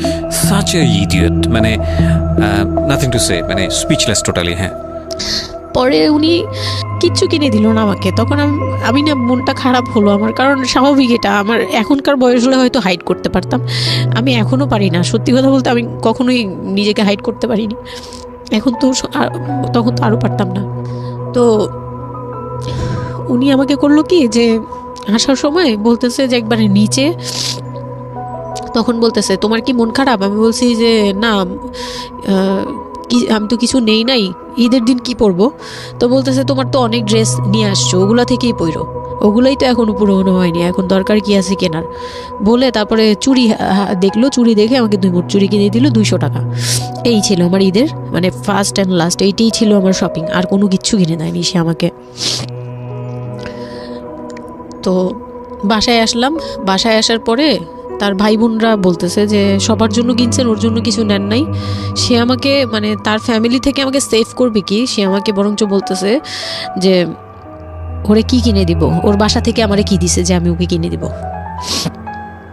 তখন আমি বুঝলাম যে ও আচ্ছা, সে কিনে দেয়নি, সে কিনে দেয়নি। হ্যাঁ, তো আমি আর বাসায় কিন্তু কিছু বলিনি বা বাসায় যাইও নাই। এর মধ্যে বাসা থেকে আসলে সামর্থ্য কি ছিল আপনার ফ্যামিলিকে, মানে কিনে দেওয়া হয়েছিল কি ঈদের প্রথম দিন জামাইকে কিছু কিনে দেওয়া বা এরকম কোনো কিছু? হ্যাঁ, এটা করেছিল চান রাতে, একবারে লাস্টের দিকে। শপিংটা হয়েছে তার আগে। তো সে এটা বলে ফেললো প্রায় 20 রোজার পরে এই ঘটনা আর কি। তো একবারে চাঁদ রাতের দিন আমার ভাই আর কি একটা পাঞ্জাবি গিফট করলো তাকে, আর সে আমাকে আর কিছুই দিল না। হ্যাঁ, সে ভাবতেছে যে আমি বুঝি বাসায় জানানোর পরে তখন এটা হ্যাঁ, তখন গিয়ে আরো খেপে গেল যে আমি নাকি বাসায় জানাইছি, তাকে ছোট করলাম এই জন্য। কিন্তু আসলে মানে সত্যি কথা বলতে যে আমি কিছুই বলি নাই, আমার মুখ দিয়ে তখন কথাই আসতো না, আমি ম্যানেজ কি করব, আমার তো কিছুই মাথায় থাকতো না তখন আমি তো পুরো মেন্টালি একটা ইয়েতে ছিলাম। তো আমার এমনও মনে হয়েছিল তখন, মানে ওই মাসখানিক যে সে আমাকে ওই ফিজিক্যাল টর্চারগুলো করতো, তখন আমার এমনও মনে হয়েছিল যে আমি এক কাজ করি, বের হয়ে কোথাও চলে যাই, মানে অজানার উদ্দেশ্যে কোথাও চলে যাই। যদি আব্বুর এই অবস্থা না থাকতো হয়তো আমি করতাম এটা। সত্যি কথা বলতে একমাত্র আব্বুর কথাটা যখন মনে আসছে, চোখে ভাসছে যে আমার আব্বু তো মরে যাবে, তখন গিয়ে আর এটা করতে পারিনি, নয়তো ঠিকই আমি বের হয়ে যেতাম। তো ঈদ আসলো, ঈদের পরের দিন কক্সবাজারের উদ্দেশ্যে রওনা দিল। আর তার একটা অভ্যাস ছিল যে মানে সে কিছু দিলে বা করলে বা আমার জন্য যদি সে 2টা টাকাও খরচ করতো, এটা খুব হাইলাইট করতো, সবার সামনে তুলে ধরার জন্য চেষ্টা করতো। কক্সবাজার যাবে, সে খুব মানে ঢোল পিটাচ্ছে যে আমাকে নিয়ে কক্সবাজার যাচ্ছে, কিন্তু শপিং করে দেয়নি, এটা আবার হাইক করতেছে। আচ্ছা, যাই হোক, ওই সব বলতে গেলে শপিংয়ের টাকা সেভ করে আমাকে কক্সবাজার নিয়ে যাচ্ছে। তো গেলাম কক্সবাজারে, সেখানে গিয়ে আরেক ধাক্কা খেলাম, যে কক্সবাজার যাওয়ার পরে প্রথম রাত মোটামুটি ভালো ছিলাম, পরের দিন সকালে সে আমার সাথে মানে এমনভাবে মানে ফিজিক্যাল রিলেশন করতে চেয়েছে যেটা সম্পর্কে আমি অবগত ছিলাম না, মানে আমি জানতাম না যে এরকম কিছুও হয়। তো এক সময় সে আমার হাত পা জোরাজোরি করে ধরে, মানে প্রায় হাত পা বাঁধার মতো জোরাজোরি করে সে আমার সাথে ওই রকম কিছু করতে চায়। তখন আমার মানে আমি খুব বাধা দেওয়ার পরে বা চিল্লাচিল্লি করার পরে সে আমার গায়েও হাত তুলে 2-3টা চট থাপ্পড় দেয়। আপনাদের মধ্যে সম্পর্কের জায়গাটা কি আপনি তখনও কি ওনাকে আপনি করে বলতেন? হ্যাঁ, আমি এখনও স্টিল নাও। তার মানে বিষয়টা এরকম হয়ে গেছে যে ওই দূরত্বটা বিয়ের পরে ছিল, এবং সেই দূরত্ব থাকা অবস্থায় ও এই জিনিসগুলো প্র্যাকটিস করে যাচ্ছে ওর মতো করে, এবং সেখানে যখন ও সাকসেসফুল হতে না পারছে তখন সে আপনার গায়ে হাত তুলছে, তাই তো? সেটাই। হ্যাঁ, তারপর আর সবচেয়ে বড় কথা হচ্ছে সে তার জায়গাটা, সে তার চাওয়াগুলো সব পূরণ করতেছে, বাট আমার দিকটা দেখছে না। এবং সে যে শুধু আমার না, মানে সে মানুষটাই এমন, আগে বুঝি নেই, পরে অনেক ধীরে ধীরে গিয়ে পরে বুঝতে পেরেছি যে উনি সম্পূর্ণ সেলফ সেন্টার, মানে নিজের যেটা অধিকার সেটা সে আদায় করে নিবে, তার বাকিগুলো নিয়ে তার কোনো মাথা কি হচ্ছে বা কার কি হচ্ছে এটা দেখার বিষয় না, এটাই মেন্টালিটি। তো এইগুলো করার পরে আমার মানে খুব পেইন হলো, আমার খুব কষ্ট হলো যে আমি কবে আবার ঢাকায় যাব, একটা পেইন। ওটা কি জীবনের প্রথম কক্সবাজার যাওয়া? হ্যাঁ, ওইটা আমার লাইফে ফার্স্ট। চিন্তা করে দেখুন, এটা এক ধরনের হানিমুনি বলা চলে ওদের জন্য। হানিমুনি করা হয়েছিল, কিন্তু ওটা আমার জন্য হানিমুন ছিল না, অন্য কিছুই ছিল। আচ্ছা, খুব পেইনফুল ছিল। ওকে, যাই হোক, আমি খুব ভয়ে ছিলাম যে এখানে আমাকে মেরে ফেললেও কেউ জানবে না, এরকম একটা ফিল ছিল আমার ভিতরে। একটা জিনিস চিন্তা করতে পারেন, প্রত্যেকটা মোমেন্ট একটা মানুষ একটা মেয়ের সাথে, একটা ছেলের সঙ্গে বসবাস করছে একটা মেয়ে, এবং তাদের স্পেশাল মোমেন্টসগুলো তার জন্য ভীতির কারণ। সে হয়তোবা তখন এরকম মানে চিন্তা করছে যে এই স্পেশাল মোমেন্টটা যেন না আসে, ওর সঙ্গে স্পেশাল টাইমটা যেন আমি না হয়, রাত যেন না হয়। বিষয়গুলো তো এরকমই ছিল, কারণ ওর জন্য কিন্তু এগুলো অনেক ভয়ানক রকমের টর্চার। হ্যাঁ, তারপর আর আমার সাথে যারা ছিল, মানে ফ্যামিলি তো 2টা গিয়েছি আমরা, মানে আমার হাজব্যান্ড আমাকে নিয়ে গেছে, আর হচ্ছে আমার চাচাতো বোনের রিসেন্ট বিয়ে হয়েছিল, চাচাতো বোনের হাজব্যান্ড আর চাচাতো বোন, ওরা 2জন গিয়েছে, কিন্তু ওরা ওদের মতো ছিল, আমরা আমাদের মতো ছিলাম, এরকম আর কি। তো ওইভাবে আর আমাদের সাথে ইয়ে করা হয়নি যে একদম সব বিষয়ে ডিটেলস বলা। আর আমার চাচাতো বোন আমার অনেক বড় ছিল, যার কারণে আমি আপুকে বলতাম না, লজ্জা পেতাম। তো ওই দিক থেকে 3 দিন পরে 4 দিনের দিন আমি খুব জেদাজেদি করে, মানে কান্নাকাটি করে চলে আসবো করতেছি, কিন্তু আমাকে কেউ আর জিজ্ঞেস করতেছে না যে কেন। মানে আমার বোন জামাইও বিষয়টা খেয়াল করেনি, আমার বোনও খেয়াল করেনি যে আমি কেন বারবার চলে আসতে যাচ্ছি। হ্যাঁ, এত সুন্দর একটা ওয়েদার, ওরা তো খুব এনজয় করছিল হয়তো বা, মানে আমি তাদের এনজয়মেন্টে বাধা দিলাম, এরকম আর কি। তো খুব কান্নাকাটি করে ওই রাতেই আমি চলে আসবো, আমি বলছি তোমরা সবাই থাকো, আমি চলে যাই, মানে এইভাবে কান্নাকাটি করছে, আমি থাকবোই না, আমি আর একটা রাত এখানে থাকবো না। আমার কাছে মনে হচ্ছে তাও এলাকার ভিতরে তো থাকবো, যাই হোক, কিন্তু এখন তো আমি বাইরে আছি, অনেক দূরে। আমার কাছে এরকম মনে হচ্ছিল যে আমি যদি মরে যাই, আমি যদি যে কোনো সময় আমি মারা যাবো, এরকম মনে হচ্ছিল। তো আমি ওই সময় বলাতে ওরা সবাই মিলে চলে আসছে, সবার মন খারাপ যে আমার জন্য চলে আসতে হলো তাদের। তো ঢাকায় আসলাম, ঢাকায় আসার পরে ঈদের ছুটির শেষে সে তার মতো করে বিজনেস করতেছে, আমি আমার মতো ঘরে ছিলাম। 2-3 মাস গেল, কোরবানি ঈদ আসলো, প্রথম কোরবানি ঈদ। কোরবানি ঈদের সময় যেটা হলো সেটা হচ্ছে আমার মামার বাসা থেকে মাংস, মানে কোরবানি ঈদের যে মাংসটা পাঠায়, পুরান ঢাকার একটা আছে যে নতুন বিয়ে হলে বাবার বাড়ি থেকে রান পাঠানো হয়, একবারে পুরো একটা রান ধরে পাঠিয়ে দেয়, বাবার বাড়ি থেকে মেয়েদের পাঠায়, মানে কোটাকুটি নেই, রানী পাঠিয়ে দিতে হবে, একদম আস্ত পাঠায়। এটা পুরান ঢাকার রেওয়াজি, একবারে যে কয়টা মেয়ে থাকবে ওই কয়টা রান বাসায় যাবে, মানে ওই রানগুলোর কেউ কাটতে পারবে না, একদম আস্ত পা ধরে দিয়ে দিবে একবারে। আচ্ছা, ইন্টারেস্টিং তো। হ্যাঁ, এটা কিন্তু পুরান ঢাকার একটা রেওয়াজ, এখনো আছে, মানে কোরবানি হলেই সঙ্গে সঙ্গে রানটা যাবে মেয়ের বাসায়। আচ্ছা, মেয়ের বাসায় যেতেই হবে এটা। তো ওই রকম আমার মানে ওরা আশা করছিল যে আমার মামা এরকম করবে, কিন্তু আমার মামা তো প্রায় অনেক বড় গরু দেয়, আর একটা দেয় না, 2টা থেকে 3টা দেয়। তো ওনার নিজেরই আছে 3টা মেয়ে, 3 মেয়ের শ্বশুর বাড়িতে পাঠাতে হয় 3 রান, মানে এখন এক মেয়ের, বড় মেয়ের যে 20 বছর 22 বছর হয়ে গেছে বিয়ের, তারপরও পাঠাচ্ছে, প্রতিনিয়ত পাঠাতে হয়। তো ওই দিক থেকে আমি যদি এখন আরেকটা নেই তাহলে উনার কিন্তু আরও কাউকে উকিল দিয়েছে বা আরও কোনো মেয়ে আছে, মানে আমার উকিল দিয়েছে আমার খালু দিয়েছে, আরেক খালু আমার, ওই খালা হচ্ছে আমার আম্মুর খালাতো বোন, মামাতো বোন, কিন্তু আমাদের বাসায় মানে আমার নানু বাড়িতে বড় হয়েছে দেখে আমার আম্মুর খুব ক্লোজ। তো ওই খালু আমাকে উকিল দিয়েছে। তো ওই দিন করলো কি যে এই রান পাঠায়নি বলে, সেই রান পাঠায়নি ঠিকই, কিন্তু রানের যে উপরের অংশ মানে বড় একটা পিস আমার বাসায় পাঠানো হয়েছে আমার উদ্দেশ্যে, আর নামটা আমার লিখে দিয়েছে, আমার নাম লেখা এটা পাঠিয়েছে। তো ওই মাংসটা রেখে যখন চলে গেছে না আমার ভাই, তার ছোট বোন, আমি তখন মানে দেখলাম যে মানুষ কতটা হিংস্র হলে পরে এরকম ফেস হয়। আমি তো চুপ করে বসে আছি, আমি কিছুই মাথায় নেই যে এটা নিয়ে যে কী হবে, আমি বুঝিই নেই বিষয়টা।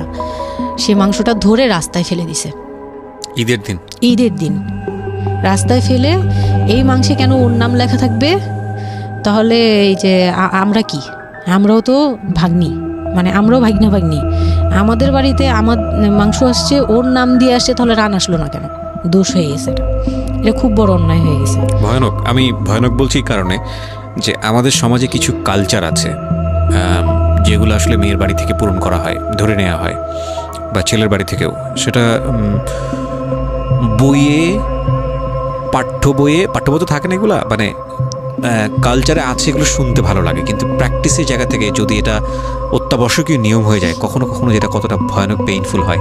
কান্ট ইউ এভার ইমাজিন যে বাবার সামর্থ্য নাই, তারপরে তাকে চিন্তা করতে হচ্ছে যে আমার মেয়ের বাড়িতে একটা রান পাঠাতে হবে, আমার কোরবানি দেওয়ার সামর্থ্য নাই, এই রান পাঠানোর জন্য আমাকে কোরবানি দিতে হচ্ছে। মানে আমাদের এই ব্যাড প্র্যাকটিসগুলা কতটা ভয়ানক হয়ে গেছে আমাদের সমাজে, এবং ইনফ্যাক্ট এগুলো নিয়ে কেউ কখনো কথা বলে না।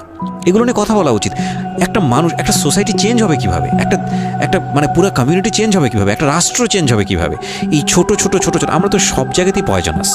এই ছোট ছোট বিষয়গুলো যদি চেঞ্জ না হয়, আমরা যে এত ডিগ্রি নিচ্ছি, প্রতি বছর পিএইচডি, বুড়ি পিএইচডি বের হচ্ছে, ডক্টরেট, হ্যাঁ, আমাদের বিশ্ববিদ্যালয়ে ভরে যাচ্ছে, আমাদের ছেলেমেয়েরা গোল্ডেন এ প্লাস, আমাদের পাশের হার বাড়ছে, কিন্তু এই সব যে মানে খোরা কালচার, ল্যাংড়া টাইপের কালচার, এগুলোর যে পরিবর্তন হচ্ছে না, বা এগুলো নিয়ে যে কেউ কখনো কোনো কথা বলে না, এগুলো নিয়ে না পত্রপত্রিকায় কথা হয়, না কোনো মিডিয়াতে কথা হয়, অথচ এগুলো আমাদের জীবনটাকে পঙ্গু করে দিচ্ছে, এবং এগুলো নিয়ে কেউ কখনো কথা বলে না। আমরা যৌতুক নিয়ে কথা বলি, এবং যৌতুক একটা ঘাতক ব্যাধি, আমরা যৌতুক মোকাবেলা করতে পেরেছি, কিন্তু এই কালচারের মধ্যে যে যৌতুক ঢুকে বসে আছে সেটা নিয়ে আমরা কেউ কখনো কথা বলি না, এবং এগুলো নিয়ে কথা বলা উচিত। কথা নইলে আমরা আসলে কিওর হব কিভাবে? আমরা যে বলি যে আমাদেরকে শুদ্ধ হতে হবে, আমরা মানুষ হিসেবে ভালো হতে হবে, বাট হাউ? আমাদের তো রন্ধ্রে প্রবলেম। সো প্রবলেমটাকে প্রবলেম বলা উচিত, অ্যাটলিস্ট কাউকে না কাউকে তো স্পিক আউট করতে হবে, এবং স্পিক আউট করলে তাহলে এই প্রবলেমগুলো সামনে আসবে, এবং সামনে আসলে এগুলো নিয়ে কিওর নিয়েও মানুষ কথাবার্তা বলবে। আমি তো জীবনে কোনোদিন শুনিও নাই, আমি জানি না পুরান ঢাকার এই কালচার যে মেয়ের বাড়িতে রান পাঠাতে হয়, এটা এখনো আছে, এবং এটা নিয়ে মোটামুটি মারামারি বাঁধার মতো অবস্থা। হ্যাঁ, এটা নিয়ে মানে এটা কোনোভাবেই মিস করা যাবে না, এরকম অবস্থা। তো আমার বাসায় কিন্তু রান আসছে, আমার বাসায় পরে রান আসছে। ওকে, ওইটা ছিল ঈদের দিন। হ্যাঁ, ঈদের দিন তারা আমাকে খুব ব্যাডলি কথা শুনেছে, আমাকে সামনে বসিয়ে রেখে, মানে 4-5 ভাই বোন একসাথে বসে যেরকম মিটিং, মনে হয় আমি অনেক বড় একটা পাপ করে ফেলছি তার ভাইয়ের কাছে বিয়ে হয়ে। আমার পাপ হয়েছে যে আমি নাকি তার ভাইকে কিভাবে ভুলিয়ে ভালিয়ে, আমি তখন ভুলাবো কি, আমার তো ভালানোর প্রশ্নই আসে না। আমি তখন মনে মানে হাসিও পাচ্ছে, আমি অবাক হচ্ছি যে এগুলো কি বলতেছে, আমি নাকি তাদের ভাইকে হাত করেছি, এই টাইপের কি কথা বলতে, মানে আমি এখন বলতে পারবো না বুঝিয়ে। তো এগুলো বলছে, তো আমার কাছে খুব মনে হচ্ছে যে আমি খুব কান্না করছিলাম। তো কান্না করার পরে আমার যে হাজবেন্ড ছিল, সে কেমন একটা লোক যে সে এটাও বললো না যে মাংসটা তুলে নিয়ে আসি, এটা তো একটা মানে বলতে গেলে কোরবানি দেওয়া হয়। আপনার শ্বশুর বেঁচে ছিল না? না, আমার শ্বশুর শাশুড়ি দুজনই মারা গিয়েছে। তো তার মানে ওই পরিবারের মূল হর্তাকর্তা হচ্ছে আপনার হাজবেন্ডই? হ্যাঁ। আচ্ছা। তো তখন সে ওই মাংসটা নিয়ে আসলো না, ভাই বোন ফেলে দিছে, সেও তাদের সাথে তাল মিলাচ্ছে, কিন্তু আবার আমাকে সরাসরি কিছু বলছে না। কুকুর কামড় দরকার, কারণ পুরান ঢাকায় তো কুকুরের অভাব নেই রাস্তাঘাটে, আমি যেটা দেখি। না, ওইগুলির ভিতরে নাই, ছিল না, ওইগুলিতে ছিল না, থাকলে হয়তো। আর এগুলো করলেও তো আপনাদের যে কালচারটা, সেটা হচ্ছে পুরান ঢাকায় একটা জিনিস খুব ভালো লাগে, একটা ফ্যামিলির খবর একটা ফ্যামিলি জানে, যে এই ফ্যামিলির পরিবারে কি হচ্ছে, এই পরিবারে কি হচ্ছে। আশপাশে তো খুব মানে ওরা তো খুব লাগানো বাড়ি ঘর, হ্যাঁ। তো সবাই শুনে এক দেয়াল দুই বাড়ি, তার এক মানে দেয়াল এগুলো দুই নিয়ে কত বাড়ি। কানাঘুষা তো হচ্ছিল নিশ্চয়ই। হ্যাঁ, পুরো এলাকা, আমি যে কি পরিমাণ মানে লজ্জা, মানে অনুতাপ আমাকে মানে এমন বানিয়ে ফেলছে যে আমি ওই বাড়িতে শুধু ক্লাস 9-এ পড়ুয়া একটা মেয়ে, যেখানে তার মানে রঙিন স্বপ্ন নিয়ে ডানা মেলে বাঁচার কথা, এবং ঢাকাতে বড় হয় একটা মেয়ে। ক্যান ইউ এভার ইমাজিন সেই মেয়েটার ঈদের সময় আমরা সাধারণত দেখি যে সকালে একটা ড্রেস পরবে, দুপুরে একটা পরবে, রাতে একটা পরবে, বান্ধবীদের সঙ্গে ঘুরে বেড়াবে, এবং মানে পাংখা যেটাকে বলে ওইরকম একটা এইজ। সেই সময়টাতে তার মাংস নিয়ে টানাটানি শুরু হয়েছে, এবং তার বাড়িতে মাংস আসলো কিনা সেটা নিয়ে টানাটানি শুরু হয়েছে, এবং সে মহল্লায় বেরোতে পারছে না নিজের মুখ, এবং এভরি নাইট তার উপরে ফিজিক্যাল টর্চার। এবং ক্যান ইউ এভার ইমাজিন যে আমাদের সমাজে মেয়েরা, নারীরা কতটা সহ্য করে? কেউ কেউ সুবিধাভোগী অফকোর্স, কিন্তু ম্যাক্সিমাম ফেসটাই হয়তো বা এরকম। এবং এই জন্য নারী নির্যাতন বলে যে শব্দটা না, আসলে এটার যে ব্যাপ্তি, মানে এটার যে কতটা ভায়োলেটিভ হতে পারে, এটার ভেতরে না ঢুকলে আসলে বোঝা যায় না। তারপর কি হলো? তারপর ওই দিন গেল, ওই দিন ওই মাংসটা আমার ওই যে মেঝো দেবর, যে উনি আবার একটু অন্যরকম ছিল। উনি পড়ালেখা করেনি, উনি খুব রাফলি কথা বলতো, উনি জুতার ব্যবসা করতো। তো এমনিতে মেন্টালিটির দিক থেকে বলতে গেলে অনেকে থাকে না যে পড়ালেখা না করেও শিক্ষিত, অনেকে এরকম থাকে, কিন্তু মানে সে পুরোপুরি মানে শুদ্ধ ভাষায় কথা বলতে পারে না, যে একটা লোক খুব ঢাকাইয়া ভাষায় পুরোপুরি গালাগালি বলতে গেলে প্রত্যেকটা কথার আগে পিছনে একটা করে গালি থাকে এরকম। কিন্তু তারপরেও না তার মেন্টালিটি আমার ভালো লাগতো। ইভেন নাও আমি এখনো চিন্তা করি যে আমার ওই ভাইয়া অনেক ভালো, হ্যাঁ, ওই দিক থেকে। তো উনি আসছে, উনি এসে এরকম দেখে বাসায় মাংসটা নিয়ে এসে রেখে তারপর খুব গালাগালি করে খুব বাজেভাবে ভাই বোনদের বলল যে তোরা আসলে মানুষই না, তোরা মানুষ হইলে এই ধরনের এই সিচুয়েশনটা ক্রিয়েট করতি না। মানে উনি ওনার মতো করে বলছে গালাগালি করে যে এইরকম মানুষ করে, তোরা কি ছোট লোক, জীবনে কি কখনো এগুলি দেখোস নাই, বা এগুলো কি কখনো খাস নাই, বা এখনও কি পাস না? এরকম করার কি আছে? ওর বাসা থেকে আসলে খাবি? এরকম মানে এইভাবে খুব বাজে বাজে 2-4টা কথা বলছে। তারপর তারা গিয়ে ঠান্ডা হয়েছে, আর আমার বলতেছে তুমি এখানে বসে বসে ওদের দৃশ্য দেখতেছো কেন, তুমি উপরে যাও।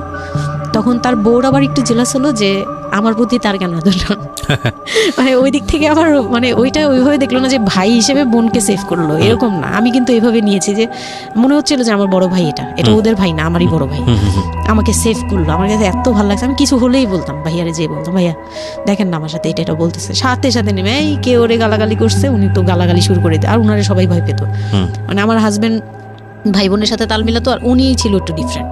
তো কিছু হলেই উনি বাসায় আসার অপেক্ষায় থাকতাম, উনি আসলে উনারে বলবো। একদম সিঁড়ি দিয়ে ওঠার সময় নামার সময় ভাইয়া আজকে আমার না এটা বলছে, এই সাথে সাথে ভালো হলি, মানে উনি মোটামুটি আমাকে সেফ রাখতো। আর ছোট যে দেবরটা ছিল ও হচ্ছে একদম কোনো কথাই বলে না, চুপচাপ, ইয়েস নো কিছুই বলে না, চুপচাপ। সে আবার ছিল স্কুল টিচার, আচ্ছা। ওই পুরো ফ্যামিলিতে ওই এডুকেটেড ছিল, মাস্টার্স কমপ্লিট করা আর কি। ও একটা খুব ভালো সাইড বেছে নিয়েছে যে কথা বলে এখানে লাভ হবে না। না, হ্যাঁ, সে একদম চুপ, নিরপেক্ষ। কারণ তাদের সাথে বলতে গেলে ভাই বোনের সাথে দ্বন্দ্ব হবে, আমার সাপোর্টে যেতে গেলে একটা বাজে কিছু ক্রিয়েট হবে, আবার আমাকে বকা দিতে গেলে এটা অন্যায় হবে। সে ওটা বুঝতো, মানে আমি যা সবকিছু মিলে যেটা দেখলাম যে এটার জন্যই সে চুপচাপ থাকতো। তো মানে উকিল মা যে ছিলেন আমার খালা, উনি কোরবানি দিয়ে পরের দিন রান পাঠাইছে। পরে এই রান পাঠানোর পরে আমার ওই যে মেজ দেবর যে ছিলেন, তিনি তো আরেকটা দিল, মানে আরেক ধোলাই দিল সবাইকে, যে ছোট লোক এখন বল যে ও বাসায় ফোন করে বলছে বা বাসায় গেছে, ও তো কালকে থেকে বাসায় যায়নি, ওর হাতে তো ফোনও নাই, ফোন নিলে তোদের কাছ থেকেই তো নিতে হবে। তখন আমার হাতে ফোন নেই, তো ও তো বাসায়ও যায়নি, এখন বল যে এটা ও বলছে তারপর ও পাঠাইছে, তোরা এত ছোট লোক কেন? মানে ভাই বোনরাই বলতেছে। তো ওরা তো আর কিছু, হ্যাঁ এটা পাঠানো তো এটা উচিতই, এটা ওদের উচিত, এই সেই এটা বলছে না, মানে সে তারা তারপরও ছোট হচ্ছে না, তারা মনে করতেছে এটাই করা উচিত ছিল, এটা না করলে আরেকটা কথা শুনাইতাম, এরকম বলতেছে উল্টা। তো এগুলো করার পরে আমিও আর এগুলা মাথা থেকে ফেলে দিলাম, ভাইয়াও বলে টলে চলে গেল। আর আমার হাজবেন্ড যে ছিল সেও খুব খুশি, সে মানে আমার বাসা থেকে পাঠাইছে এই সেই। তো বিয়ের 4 মাস পরে মেইন পার্ট যেটা, যে আমি কনসেপ্ট করি, তখন আমি বুঝতে পারি না কনসেপ্ট এই 13-14 বছর বয়সে। হ্যাঁ, তখন আমি স্কুল যাতায়াত করতাম, রেগুলার না, আচ্ছা, মাঝে মাঝে যেতেন। ইরেগুলার, মানে মাঝে মাঝে বলতে আমি চাচ্ছিলাম কি পড়াটা রানিং থাকুক, এক্সামগুলো দিব আর বাসায় থাকবো। আর বাসা থেকে যখন স্কুল ড্রেস পরে বেরোতাম আমাকে সবাই মিলে কি যে বলতো, মানে বলার মতো না, এগুলো অকথ্য ভাষা বলতে গেলে, যে মানে নোংরা কথা বলতো। তো যাই হোক, ওগুলো আমি কানেও নিতাম না, আমি বলতাম না আমি স্কুলে যাব। আর যেহেতু বিয়ের সময় বলছে যে ওরে পড়াশোনা করতে দিব, আমার হাজব্যান্ড এগুলো বলছে, ও না ও স্কুলে যাবে আসবে সবই করবে।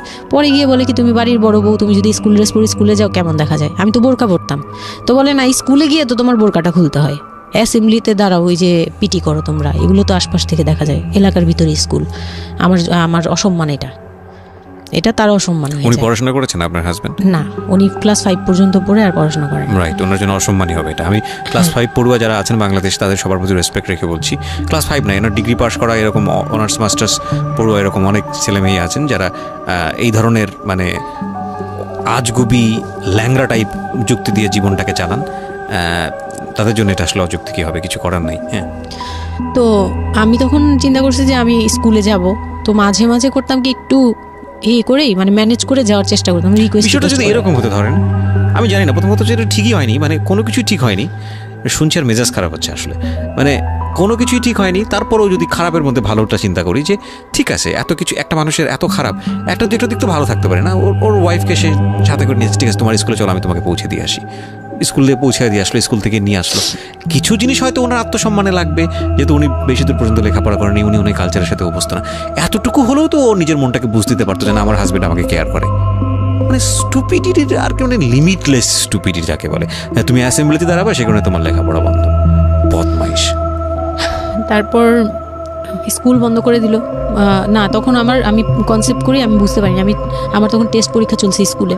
তো পরীক্ষা দিতে দিতে আমার মানে শারীরিক পরিবর্তন খেয়াল করলাম, যে আমার বমি লাগতেছে খুব, মানে বইয়ের দিকে তাকাতে পারছি না, খাতার দিকে তাকাতে মানে মাথা কেমন করতেছে। তখন ক্লাস 9-এ। তখন আপনি জানেন না আপনি কনসিভ করেছেন? না, আচ্ছা। তখনও মানে এইটার সিমটম ফার্স্ট।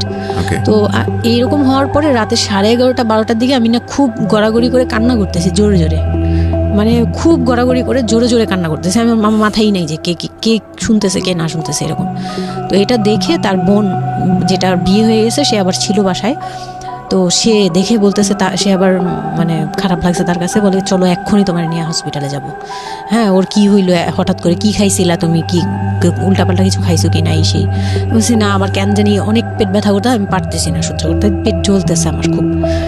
তো নিয়ে গেল ডাক্তারের কাছে। তখন ডাক্তার আমার নার্ভস দেখে বললো যে she is pregnant. But 100% confirm করতে পারবেন আলট্রাসাউন্ড না এমনিতে, তবে উনি আর কি উনার মতো করে বলছে। আচ্ছা, আর তখন টেস্ট দিল একটা, যে রাতে নিয়ে যান, ইউরিন টেস্ট টাইপের একটা কিছু বাসায় করা যাবে, ওই টাইপের একটা টেস্ট দিল। তো ওইটাই করলাম। বাসায় এসে করার পরে পজিটিভ আসছে, যেভাবে বলছে ওইভাবে করছি, করার পরে পজিটিভ আসছে। How do you feel? Positive আসার পরে মানে আমার কাছে যেটা মনে হচ্ছিল যে আমি মানে এতটা খুশি হয়েছি, আমি কিন্তু বিয়ে নিয়েও খুশি না, আমার মনে হচ্ছে এটাই আমার অ্যাচিভমেন্ট লাইফের। আচ্ছা, এতটা খুশি হয়েছে আমি বলতে পারবো না কেন। এটা আসলে ন্যাচারালি আল্লাহ হয়তো প্রত্যেকটা মেয়ের মধ্যে এই বিষয়টা দিয়ে দেন, যে নইলে আসলে মা কেন, মানে মা তো মাই, এটা আসলে আল্লাহ গিফটেড অফকোর্স। দেখেন এরকম একটা ডিফিকাল্ট সিচুয়েশনের মধ্যে, যেখানে 13 বছর বয়সে ওর আসলে এই জিনিসটা ফিল করার কথা না, সেখানে ও ফিল করতেছে, এটা কিন্তু লজিকলেস ফিল, এবং এই ফিলটা সম্পূর্ণই ন্যাচারাল। ওকে, আমার কাছে তখন মনে হচ্ছিল কি যে আমার পেটে একটা জীবন্ত কিছু আছে, এক্স্যাক্টলি, মানে এরকম ফিল হচ্ছে।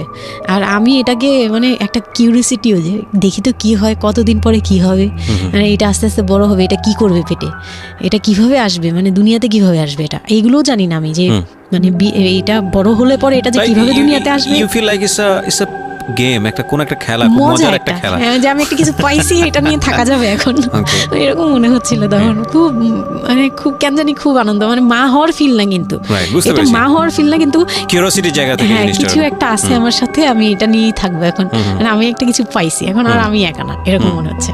তা আমি না দৌড়ে দৌড়ে বের হয়ে বললাম কি, ওই যে বোনটা আমাকে রাতে নিয়ে গেছিলো ডাক্তারের কাছে, সে তো ছিল রাতে। তো আমি বের হয়ে বলতেছি কি, আপা আমার না এইরকম 2টা আসছে, মানে এই পজিটিভ স্টেপগুলো আসে যেগুলো বলছি। পরে সে না সাথে সাথে বলে কি, এখন তো আমাদের কদর কমে যাবে আরো। প্রথম ছিল এটা, প্রথম ডায়লগ ছিল এটা, মানে মনটা খারাপ করে সে বড় নিঃশ্বাস ফেলে বললো, হ্যাঁ এখন তো আমাদের কদর কমে যাবে, আর তো এখন তো আর কম কম আশা লাগবে। তার সাথে ছোট বোনটা বলতেছে তুমি না সময় কমায় বুঝে কথা বলো না, এইগুলো তো বুঝতে হবে, মানে তাদের মতো করে তারা বলতেছে যে পুরান ঢাকার মানুষ যেভাবে বলে ওইভাবে বলতেছে যে এগুলো তো বুঝতে হবে যে এগুলো প্ল্যান করা, মানে আমি ইচ্ছা করে কনসেপ্ট করছি এরকম কিছু বুঝাইছে, কিন্তু আমি তখনও না এই জিনিসটা মানে ঘোলা আমি বুঝি নাই যে ওরা কি বলতেছে দুইজনে। তা আমি বলি যা মজা তাই বলুক, আমি আমার মতো থাকি। তা আমি দৌড় দিয়ে গিয়ে আমার হাজবেন্ডকে না বললাম এই উঠেন না। আমি তখন পর্যন্ত কিন্তু তাকে খুশি হয়ে কিছু বলিনি, ফার্স্ট তাকে খুশি মনে কিছু বলতেছি।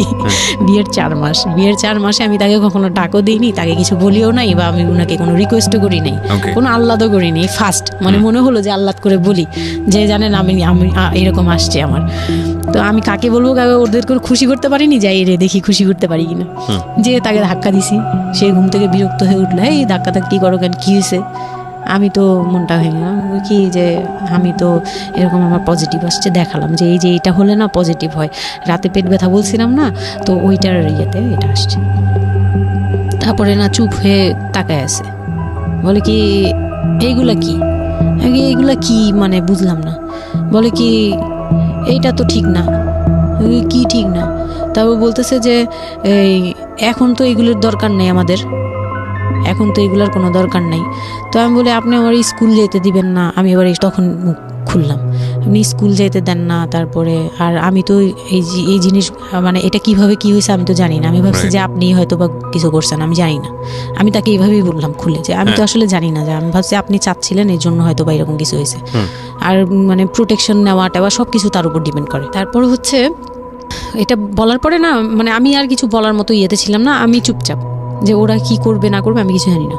তো আমার হাজবেন্ড যেটা করলো যে সে চাচ্ছিল না যে আমি মানে সে চাচ্ছিল না বেবিটা, মূল কথা হচ্ছে সে চাচ্ছে বেবিটা চাচ্ছে না, মানে কিন্তু কিছু বলতেও পারছে না। আমি এবার বাসায়ও বলছি, বাসায় সবাইও খুব চিন্তিত আমার এইটুক বয়সে আমি কিভাবে কি করব। আর এদিক দিয়ে আমি এবার কিছুই বলছি না, আমি আমার মতো করে চলছি, নর্মাল লাইফ কাটাচ্ছি। আমার কোনো শারীরিক পরিবর্তন তেমন আসে নাই, সত্যি কথা বলতে শুধু একটু মানে কিছু খাবার আছে একটু বাজে লাগতো, এই ছাড়া আমার সবই নর্মাল। আমি নর্মাল ওয়েতেই আমি ওই ওষুধ খাচ্ছি রেগুলার, আর হাঁটা চলা করতেছি, লাফালাফি সিঁড়ি বাওয়া কোনো কিছুতেই আমার ইয়ে নেই। যেটা আছে ডাক্তার থেকেও কোনো ধরনের কোনো কন্ডিশন দেয়নি? না, ডাক্তার দিয়েছে, ডাক্তার ওই যে 2-1টা ওষুধ দিয়েছে। প্রথম কথা হচ্ছে ডাক্তার থেকে যে বাক্যটা আসলে ছিল যে এই 13 বছরের মেয়ের সাথে এটা কিভাবে হলো? ও ডাক্তার, হ্যাঁ। তখন যখন ফার্স্টে ওই দেখলো, তো উনি বললো যে এটা তো আসলে নষ্ট করাটা ওর জন্য রিস্ক। এক্স্যাক্টলি, মানে সব দিক থেকে তো রিস্ক। ডাক্তার যেটা বললো যে জাফর ইকবাল আমার বাসার পাশেই ছিল উনি, তো উনি আমাকে যেটা বললো যে এই মেয়ের মানে রাখাটাও যেমন রিস্ক, ফেলে দেওয়াটা। আর যেহেতু মানে আল্লাহকে তো সবাই বিশ্বাস করি, তো বলতেছে যে যেহেতু আল্লাহ চাচ্ছে, যেহেতু এসেই পড়ছে, এটাকে নিয়ে আমরা মাতাবুরি না করি, যেহেতু রাখাও রিস্ক ফেলে দেওয়াও রিস্ক, তো রাখুক না। এটা এইভাবে আল্লাহকে নিয়ে বলা যাবে না, এমন বলছে, ভুল বলেছে না। উনি বলছেন থাক ঠিক আছে, যদি ভাগ্যে থেকে থাকে তাহলে হবে। আর এই বয়সে হয়, কিন্তু এত অল্প বয়সে নেওয়াটা ঠিক না, উনিও এটা বলছে। তো ওইভাবে ইয়ে করার পরে তো আমি তো রাখছি ঠিকই, কিন্তু আমি তো মানে ওই সময়টা তো ভালোই গেছে। বাচ্চাটা হওয়ার পরে তো আমি বুঝতে পারছি যে আসলে এই জিনিসটা যে আমার পুরো কত বড় একটা ইয়ে ছিল। এখন দেখো আপনার হাজবেন্ড হ্যাপি না, সে চিন্তিত বিষয়টা নিয়ে। তারপরে কি হলো? তারপরে থেকে তার মধ্যে আমার মধ্যে একটা বিরাট গ্যাপ তৈরি হলো। সে আমার সাথে মানে টোটালি মিশে না। ওকে। ওই সময় থেকে যখন শুনলো রাতে 3টা-4টা বাজেও আসে বাসায়, তার মধ্যে একদম পুরো চেঞ্জিং চলে আসলো হঠাৎ করেই। কি কারণে জানি না, মানে আমি নিজেও জানি না আমার কি ভুল ছিল বা কি, আমি নিজেও বুঝছিলাম না তখন। ওই সময় একদিন আসলো রাতে 3:30 না 3টার দিকে, হ্যাঁ 3টার পরে আর কি আসছে। আসার পরে আমি ওই দিন খুব খেপলাম যে প্রত্যেক রাতে আমি একটা অসুস্থ মানুষ, আমি রাত জেগে আপনার জন্য ভাত নিয়ে বসে থাকি, আপনি প্রত্যেক রাতে এরকম লেট করে আসেন, আমাকে গেট খুলে দিতে হয়, আমি ঘুম থেকে উঠেও গেট খুললে আমার খুব কষ্ট হয়, সিঁড়িটা বেয়ে নেমে আমার গেটটা খুলতে হয়, আমার ভয়ও লাগে, আমি কখনো বাসায় একা থাকিনি। ওই প্রথম মানে আমাকে সে চুলে ধরে সে টেনে ও সিঁড়ি দিয়ে নামাইছে, মানে নামায় সে আমাকে বের করে দিবে এখনই। হ্যাঁ, এত বড় ইয়ে হয়ে গেছে, সাহস হয়ে গেছে, এক্ষুনি বাসা থেকে বের হও। সে কিন্তু নেশাও করে নেই, কিচ্ছু না, সুস্থ একটা মানুষ, এরকম করতেছে। তো তার ভাই বোনগুলো এসে বলতেছে আপনি কি মানুষজন কি বলবে, তারা মানুষজনের চিন্তা করতেছে, কিন্তু আমার যে টর্চার হচ্ছে এটা বলতেছে না। এইটা আরেকটা বিষয়, এই যে এগুলো বিষয় আসলে না আমার মেজাজ খুব খারাপ হয়ে যায়। যাই হোক, আপনি যেটা আনছেন আমি খুব সেন্সিটিভ একটা বিষয় একটু কথা বলতে চাই, সেটা হচ্ছে এই যে আপনারা যত মানুষজন চিন্তা করেন নিজের ঘরের ভিতরে একটা মানুষ ঠিক নাই, এটা আমি আপনাদের কথা বলছি না, এটা বাংলাদেশের সামাজিক অবস্থার চিত্র। সেটা হচ্ছে আমরা নিজের ঘরের মধ্যে অনেক সময় দেখা যায় যে আপনারা যখন ঘরের মধ্যে একটা বিপদে পড়েন, আপনার চারপাশের লোকজনকে এসে আপনার সেটা সলভ করে। তো ফার্স্ট আপনি ঘরের কথা আগে চিন্তা করেন, আপনার মেয়ে কীভাবে ভালো থাকবে সেটার কথা চিন্তা করেন, আপনার ছেলেটা কীভাবে ভালো থাকবে সেই কথাটা চিন্তা করেন। এতে যদি আপনার দুর্নাম হয়ও কিছুটা, সেটা আপনার ওভারলুক করা উচিত। বরং আপনি যাদের কথা চিন্তা করে এই ছেলে মেয়েদের প্রতি খারাপ আচরণ করতেছেন, আপনার ছেলে মেয়ে খারাপ থাকার কারণে একটা সময় গিয়ে সেটা আউটব্রাস্ট হবেই। যেই মান সম্মানের কথা আপনি চিন্তা করতেছেন, সেই মান সম্মান আরও বেশি পরিমাণে ক্ষতিগ্রস্ত হবে। আমাদের সমস্যাটাই হচ্ছে এই জায়গাটায়, আমরা চারপাশের ঘরের লোকজন কি মনে করবে সেটা চিন্তা করি, অথচ চারপাশের ঘরের লোকজন কারা বসবাস করে, কোথা থেকে আসছে, কী অবস্থা, সেই খোঁজ খবর আমরা রাখি না। কিন্তু আমাদের মান ইজ্জত তাদের হাতে। স্টুপিড মানে ফিলসফি নিয়ে আমরা আমাদের সোসাইটিতে চলি। This is a very important thing, এবং এগুলোর পরিবর্তন হওয়া উচিত। তো তারপরে কি হলো? তারপর এই হলো ফার্স্ট এই গেল, এইটার পরে এরপর থেকে চলতেছে কন্টিনিউ, মানে এরকম আচরণই করছে সে আমার সাথে। একটু সময় 4 মাসের সময়টা খুব ক্রুশিয়াল একটা মোমেন্ট, খুবই ক্রুশিয়াল একটা। হ্যাঁ, সকালে উঠে আমার রুটি বানাতে হতো কন্টিনিউ। সে বাইরের নাস্তা খাবে না, তাকে রুটি বানিয়ে খাওয়াতে হবে। ওই অবস্থায় আমি মানে সকালে উঠে ঘুম থেকে উঠে রুটি বানাতাম, ওর ভাই বোনের জন্য, ওর জন্য, সবার জন্য বানাতাম। এটা না আমাদের সমাজের ছেলেরা না বুঝতেই চায় না, এবং এটা নিয়ে আমাদের কোনো শিক্ষা নাই। আসলে আমি মানে দেখলাম যে এতটা বর্বর কিভাবে। আমি আমার নিজেকে জড়িয়ে ওই কথাটা বলছি, কারণ আমি তো নিজেও বাবা হয়েছি, আমি নিজে থেকেও বুঝি জিনিসটা। মানে এই যে পরিবর্তনটা সমাজ, মানে পরিবারে যখন নতুন একজন সদস্য আসে, সবচেয়ে বড় প্রেশারটা ফিল করে হচ্ছে মা, কারণ তার লাইফ রিস্ক হয়ে যায়। কিন্তু এখানে বাবার যে দায়িত্বটা, খুব মজার বিষয় হচ্ছে, আমি আমার নিজের এক্সপিরিয়েন্সের জায়গা থেকেই বলতেছি, যে বাবার দায়িত্বের জায়গাটা বোঝা শুরু হয় সন্তান দুনিয়াতে আসার পর থেকে, এবং তাও ইমিডিয়েটলি আসে না।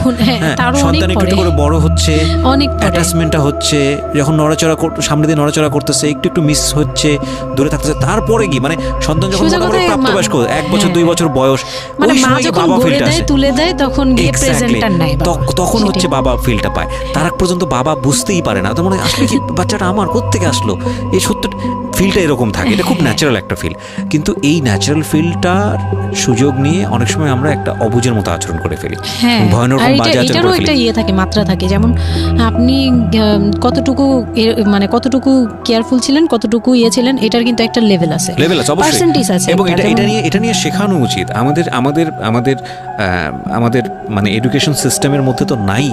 এবং আমরা জানি না ম্যারেজ কাউন্সিলিং বলে অনেক একটা বিষয় আছে, এগুলো তো আমাদের প্র্যাকটিসে নাই, কোনোভাবে নাই, এগুলো তো আমাদের কাছে চিন্তাই করা যায় না, বিলাসিতা এবং আমাদের রাইট। এবং বাবা যিনি, একটা হচ্ছে যে মা হওয়ার একটা প্রিপারেশন দরকার আছে, মেন্টাল প্রিপারেশন, একটা বাবা হওয়ার জন্য একটা মেন্টাল প্রিপারেশন দরকার আছে। আমাদের সমাজে এটা টোটালি মিসিং। আমরা এই নারী দিদিদের কাছ থেকে যে গাইডটা পেয়ে আসছি, সেটা না বুঝে না শুনে প্র্যাকটিস করেছি। আমি জানি না, আজকে আমি সত্যি কথাগুলো বলতেছি, হয়তো আমরা ওই রাতারাতি পরিবর্তনের জায়গায় যেতে পারবো না, বাট আমি শুধু একটা কথাই বলতে চাই, সেটা হচ্ছে বাবাদের দায়িত্বটা অনেক বেশি, বিশেষ করে বাচ্চা চলে আসার পর থেকে মেন্টাল সাপোর্টটা খুবই জরুরি। হ্যাঁ, এবং কারণ এটা একটা মেয়ের লাইফ রিস্কের প্রশ্ন, এবং আপনি জানবেন না যে সে আসলে কতটা ভয়ানক রকমের লাইফ রিস্কের মধ্যে রেখে সে একটা সুন্দর স্বপ্ন দেখে। তো ওই মানুষের পাশে কিছুই না, আপনি শুধু কোম্পানি দেন, এবং এই কোম্পানিটা তারা খুব মিস করে এই সময়টাতে। হ্যাঁ, এটাই ও বলার চেষ্টা করছে। তারপর হচ্ছে যে আমার বেবি হলো হসপিটালে, যখন মেয়ে হলো, তো এই রুমটাতে ঢোকার পর্যন্ত আমি খুব ইয়েতে ছিলাম, মানে রুমটাতে যখন ঢুকি তখন আমি কান্না করছিলাম, খুব ভয় ছিল যে, হ্যাঁ, তখন মনে হচ্ছিল যে আমি মরেই যাই নাকি, এরকম মনে হচ্ছিল। আর আমাকে তো মানে অপারেশন করবে, তারাও ডাক্তার বলতেছে এই মেয়ের অপারেশন কি করবো, আর এই মেয়ে নর্মালে কি বেবি দিবে। আমি বলতেছে এটা তো গ্রামগঞ্জ না, আপনারা কি করছেন। আমি তখন আরো শুকনা ছিলাম, তো আর এমনিতেও বয়সও কম ছিল, আবার শুকনাও ছিলাম, দেখতে আরো পিচ্ছি লাগতো। বলতো যে অনেক দুর্বল, তো ও তো মানে ঠিক মতো টেক কেয়ারও করেন নাই বাসায়।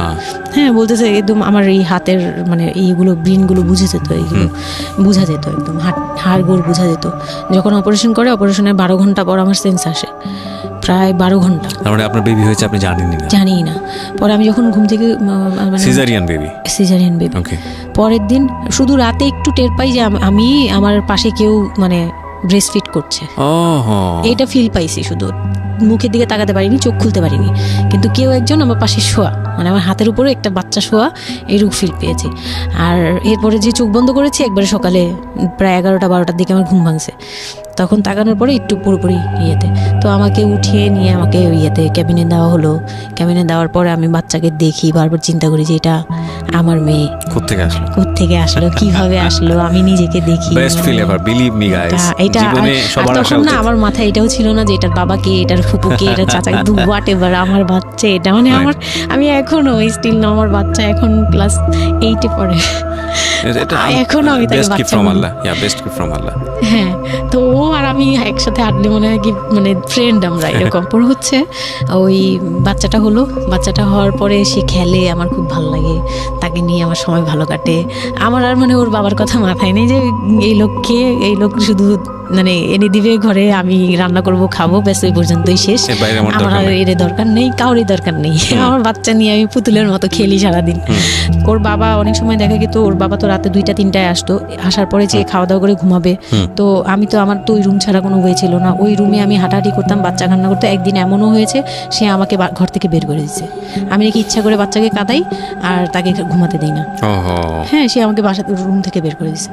তো রাতে, এত রাতে বাসা থেকে যখন রুম থেকে বের করে দিচ্ছে, আমি সিঁড়িতে সারা রাত, মানে ওদের তো আর বারান্দাও নেই হাঁটার জায়গা। বাচ্চা কোথায় ছিল? বাচ্চা আমার কোলে, বাচ্চা তাওয়াল দিয়ে পেঁচানো আমার কোলে, সে কান্না করতেছে, আমি সিঁড়িতে বসে আছি। আর আমি যখন সিঁড়িতে বসছি, আমি জানি না কি কারণে বাচ্চার কান্না অটো থেমে গেছে। রুম থেকে বের হয়েছি না, তো ওর বাবা যে ধমক টমক দিছে, আমি জানি না কি কারণে, হয়তো বা রাতও অনেক হয়ে গেছিলো, অনেক কান্নাকাটির পরে হয়তো ও ক্লান্ত হয়ে গেছিল, ও মোটামুটি চুপ হয়ে গেছে সিঁড়িতে, নয়তো পুরো এলাকা জানার কথা এইরকম। তো আমি সিঁড়িতে বসে বসে কান্না করছি সারা রাত, মানে তখন অলমোস্ট তখন 4টা বাজে, ভেতরে ভাবে ঘুমিয়েছে নাক ডেকে। হ্যাঁ, তখন সে ঘুমাচ্ছে, ভিতরে গিয়ে ঘুমাচ্ছে, আমি আর ভয়ে রুমেই যাইনি, মানে কি না কি করবে আবার, এই জন্য রুমেই যাইনি। তো এই কাজটা করার পরে সে আমার মন থেকে আরও উঠে গেছে। আমার যে দেবর ছিল, যে বললাম যে আমাকে খুব ভালোবাসতো উনি, তো উনি আবার খুব ভোরে আসতো, জুতার ব্যবসায়ী তো, ওনাদের কারখানা সারা রাত কাজ হতো, প্রত্যেক দিন সকালে 5টা-6টা এইভাবে আসতো। তো ঘন্টাখানিক পরে উনি যখন চলে আসছে, তখন আমাকে সিঁড়ি দিয়ে ওঠার সময়, মানে গেট নক করছে, ওনার ওয়াইফ নামছে উপর থেকে, নেমে বলছে তুমি এখানে কেন? আমি বললাম যে এরকম আপনার ভাই ঘুমাতে পারে না, আমাকে বের করে দিচ্ছে। তো সেও খুব নর্মালভাবে নিল ব্যাপারটা, কিন্তু তার ভাই যখন গেট খুলে দেখলো যে আমি জেগে আছি আর ওটা নিয়ে সিঁড়িতে বসছি, তখন সে গালাগালি করতেছে, শালা আমি, ওনার আবার বিয়ের 12 বছর হয়ে গেছে, কিন্তু বাচ্চা কাচ্চা হয়নি।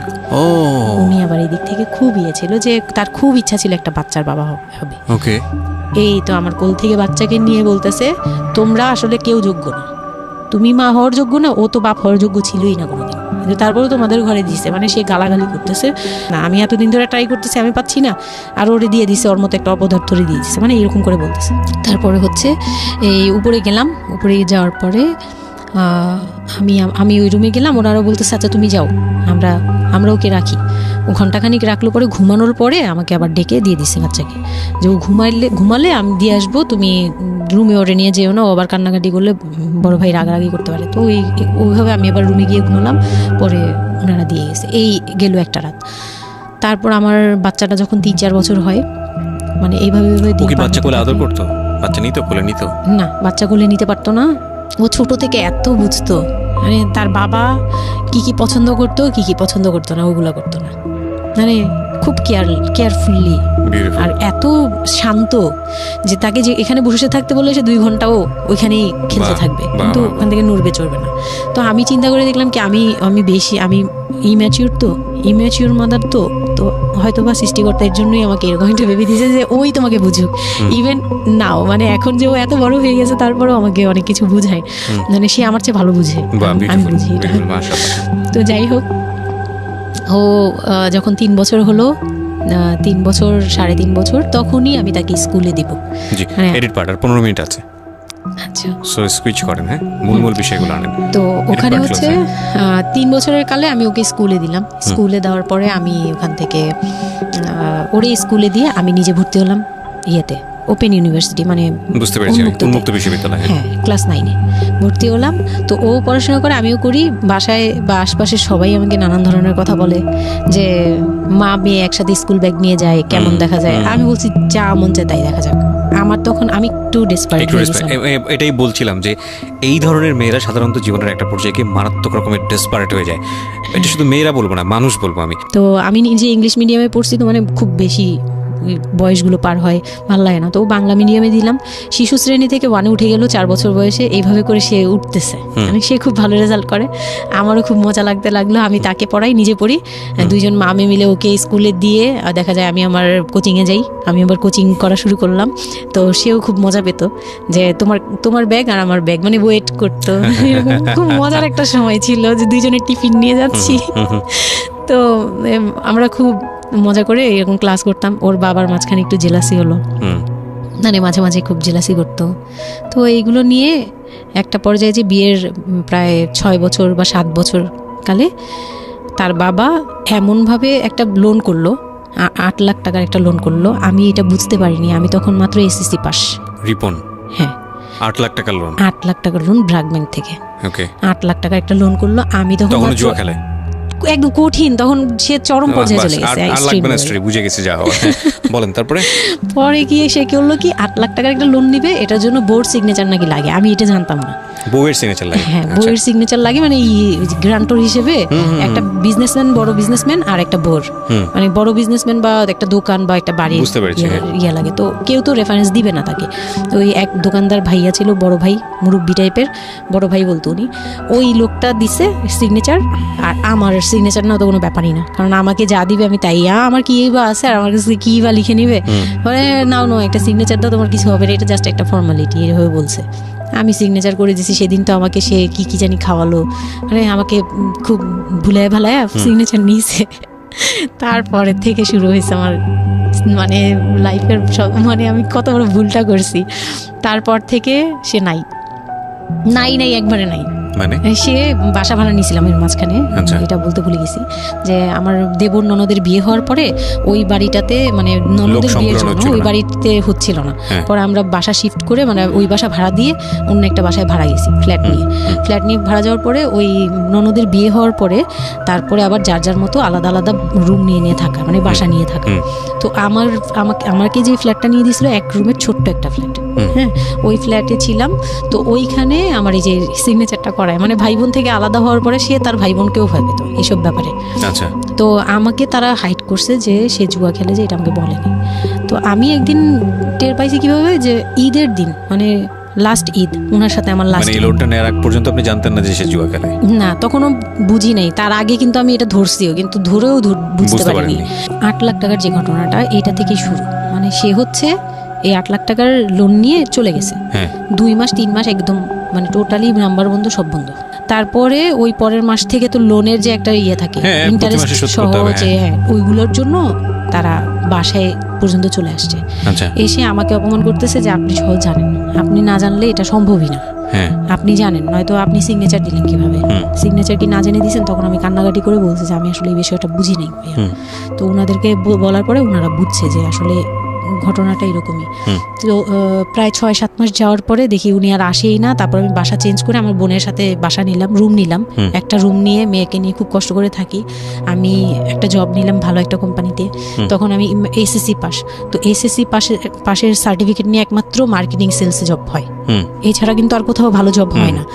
আমি খোঁজ খবর নিয়ে দেখলাম যে না, মার্কেটিং এ সেলসে যেহেতু জব আছে, তো ইউনিলিভারের খুব ভালো একটা পজিশনে জব নিলাম। সেলসে জব নিলাম। পরে মোটামুটি 10-12 হাজার টাকার মতো স্যালারি ছিল, ওটা দিয়েই চলতাম। মেয়েকে নিয়ে বাড়ি ভাড়া দিতাম 4-4.5 জামাই কোথায় ওই সময় আপনি জানেন না? না, আমি যখন তারপর হুট করে একদিন আসছে, এসে তারপর দেখি ঘরে বসে থাকে, সারাক্ষণ ঘরে বসে থাকে। ব্যাংকের লোক আসবে শুনলেই বের হয়ে যায়, আর বের হয়ে আবার 2-3 দিন থাকে না, আবার আসে। মানে একটা কেমন খেলা, লুকোচুরি জীবন। হ্যাঁ, লুকোচুরি জীবন। বিজনেস শেষ, বিজনেস কিচ্ছু না। উনি থাকে, আমি রান্না করলে উনি খেয়ে চলে যায়। আর উনি যে খায়, মানে তখন জিজ্ঞেসও করে না যে মেয়ে খাইছে বা তুমি খাইছো কিনা, কিচ্ছু না। এটা উচ্ছন্ন জীবন এবং টেনশনলেস, কেমন জানি মানে একটা মানে পশু টাইপের হয়ে গেছিল। মানে বলতে গেলে গরু ছাগল যেরকম থাকে ওরকম। সে আসে যায়, ব্যাস এই পর্যন্তই। তো সে একটা টিভি কিনছিল আমার বিয়ের পরের থেকে, সে কোনো কিছু কিনে নেই, একটা টিভি কিনছিল। লাস্ট মানে যে ছোট লোকি পানাটা করছে সে, যেদিন আমার সাথে, আমি তো তার সাথে ঝগড়াও যেতাম না, তর্কেও যেতাম না, কোনো ধরনের ইয়েতেই যেতাম না, মানে ওই লোকটা এরপরে যে লাস্ট কাজটা করলো, যেটার উপর থেকে মানে পুরোপুরি মন থেকে উঠে গেল, যে একটা টিভি ছাড়া তার ঘরে কোনো কিছু কেনা ছিল না, সব আমার করা, মানে আমার গহনা গাটি বলেন যাই বলেন ছিল, যাই ছিল টুকিটাকি সব আমার নিজের করা, শুধু ওই টিভিটা সে কিনছিল নিজের টাকায়। সে যাওয়ার সময় মানে একদিন চিল্লাচিল্লি করলাম, মানে আমি আর সহ্য করতে পারছিলাম না, যে প্রত্যেক রাতে আসি, আমি ডাল ভাত যাই রান্না করি, অনেক সময় দেখা যায় ডালও নাই, চাল আছে শুধু, একটা ডিম নিয়ে আসছি, ভাজছি, ভেজে নিয়ে সামনে বসছি, সে খেয়ে উঠে গেল, মানে আমি আর আমার মেয়ে না খাওয়া। বাচ্চাটার জন্য সে মানে এরকম টাইপের, মানে নেশাখোররাও এর চেয়ে ভালো, আমার মনে হয় যে একটা এডিক্ট হলেও সেও চিন্তা করবে যে আমার বাচ্চাটা খাইছে তো, কিন্তু তার মধ্যে এই ফিলটা নাই। তো আমার একদম বিরক্ত হয়ে গেলাম এক পর্যায়ে। তারপর আমি বললাম যে আপনি আর কত এরকম করবেন, আপনি এরকম কেন শুরু করছেন, আপনি কি চান আসলে, আমাদের কাছে কি চান? তারপর সে বলতেছে যে আমার বোন আসছে, আমার বোনকে বলতেছে যে আমি নষ্ট হয়ে গেছি, আমি কি করে টাকা আনি, হ্যান ত্যান। বুঝতে পেরেছি, মানে শেষ সম্বল আর কি, যা বলার আর কি। হ্যাঁ, পরে আমি তো আর আমার বোনও খেপছে, আমার বোন জামাইও খুব রাগারাগ, হ্যাঁ আপনারা আসলে ওরে ইয়ে করতেছেন, লাই দিচ্ছেন, এই সেই উল্টাপাল্টা কথা বলে টলে সে চলে গেল। চলে যাওয়ার সময় সে টিভিটা হাতে করে নিয়ে এসে বিক্রি করে দিবে। হ্যাঁ, আমি আমার জিনিস নিয়ে গেলাম, আমি যা জানিস সেগুলো নিয়ে এসেছি। তো আমি সবচেয়ে মানে খারাপ লাগছে জিনিসটা, যে এতটা ছোট লোকের সাথে আমি ছিলাম এতটা বছর, তখন আমার মনে হয়েছে যে এরকম একটা ছোট মনের মানুষের সাথে আমি এত বছর ছিলাম, এটা বলতে লজ্জা হয়। এই যে গেছে সেই লোকটা আর আসে নাই। তো আমার মামা যেটা বললো যে তোমাদের আসলে এইভাবে ঝুলে থাকলে, তখন তো 2 বছরের মতো প্রায় আমরা সেপারেটেড, মানে আলাদা থাকি, সে চলে গেছে 2 বছরের মতো হয়ে গেছে। তো বলতেছে 2 বছর পর এসে এই যে আজকে বললো এই কথা, আবার যে 1 বছর পর এসে আরেকটা ঝামেলা করবে না এমন কোনো কথা নাই। আর আমার মামা তখন আমাকে বলতেছিল তোমাকে আমরা একটা বিয়ে দিব, তোমার এখনো ওই বয়স আছে এই সেই। আমি তো তখন একবারেই না আমি বিয়েটি আর করতেই পারবো না, আমার মেয়ে আমি বড় করবো, এটাই আমার টার্গেট। তো তারা বলতেছে আচ্ছা ঠিক আছে, বিয়ে করো বা না করো, তোমার এইটার একটা সাইড করা দরকার, তুমি নিজ থেকে ওর কাছ থেকে এমনিতেও কিছু পাবা না, উনিতেও কিছু পাবা না, তুমি নিজ থেকে একটা ডিসিশনে চলে ওর কাছ থেকে ডিটাচ হওয়া আগে, যাতে ওর তোমার উপর কোনো দায়িত্ব না থাকে, অধিকার না থাকে। তখন গিয়ে মানে যেই গার্জিয়ানরা বিয়ে দিয়েছিল তারাই একসাথে বসে আমাকে ডিভোর্সের করে দেয়। হ্যাঁ, ওকে। তো ডিভোর্স করার পর you feel bad for this, like আপনি ডিভোর্স দিয়ে দিচ্ছেন, ও মানুষটার প্রতি কোনো মায়া বা না, বিন্দু মাত্র না। আমার কেন জানি এটা ফিল হয়নি, আমি নিজেও জানি না। সবাই বলে ডিভোর্সের সময়টা নাকি খুব, কিন্তু আমার কাছে মনে হচ্ছিল যে না, এটা একটা ভালো সমাধান।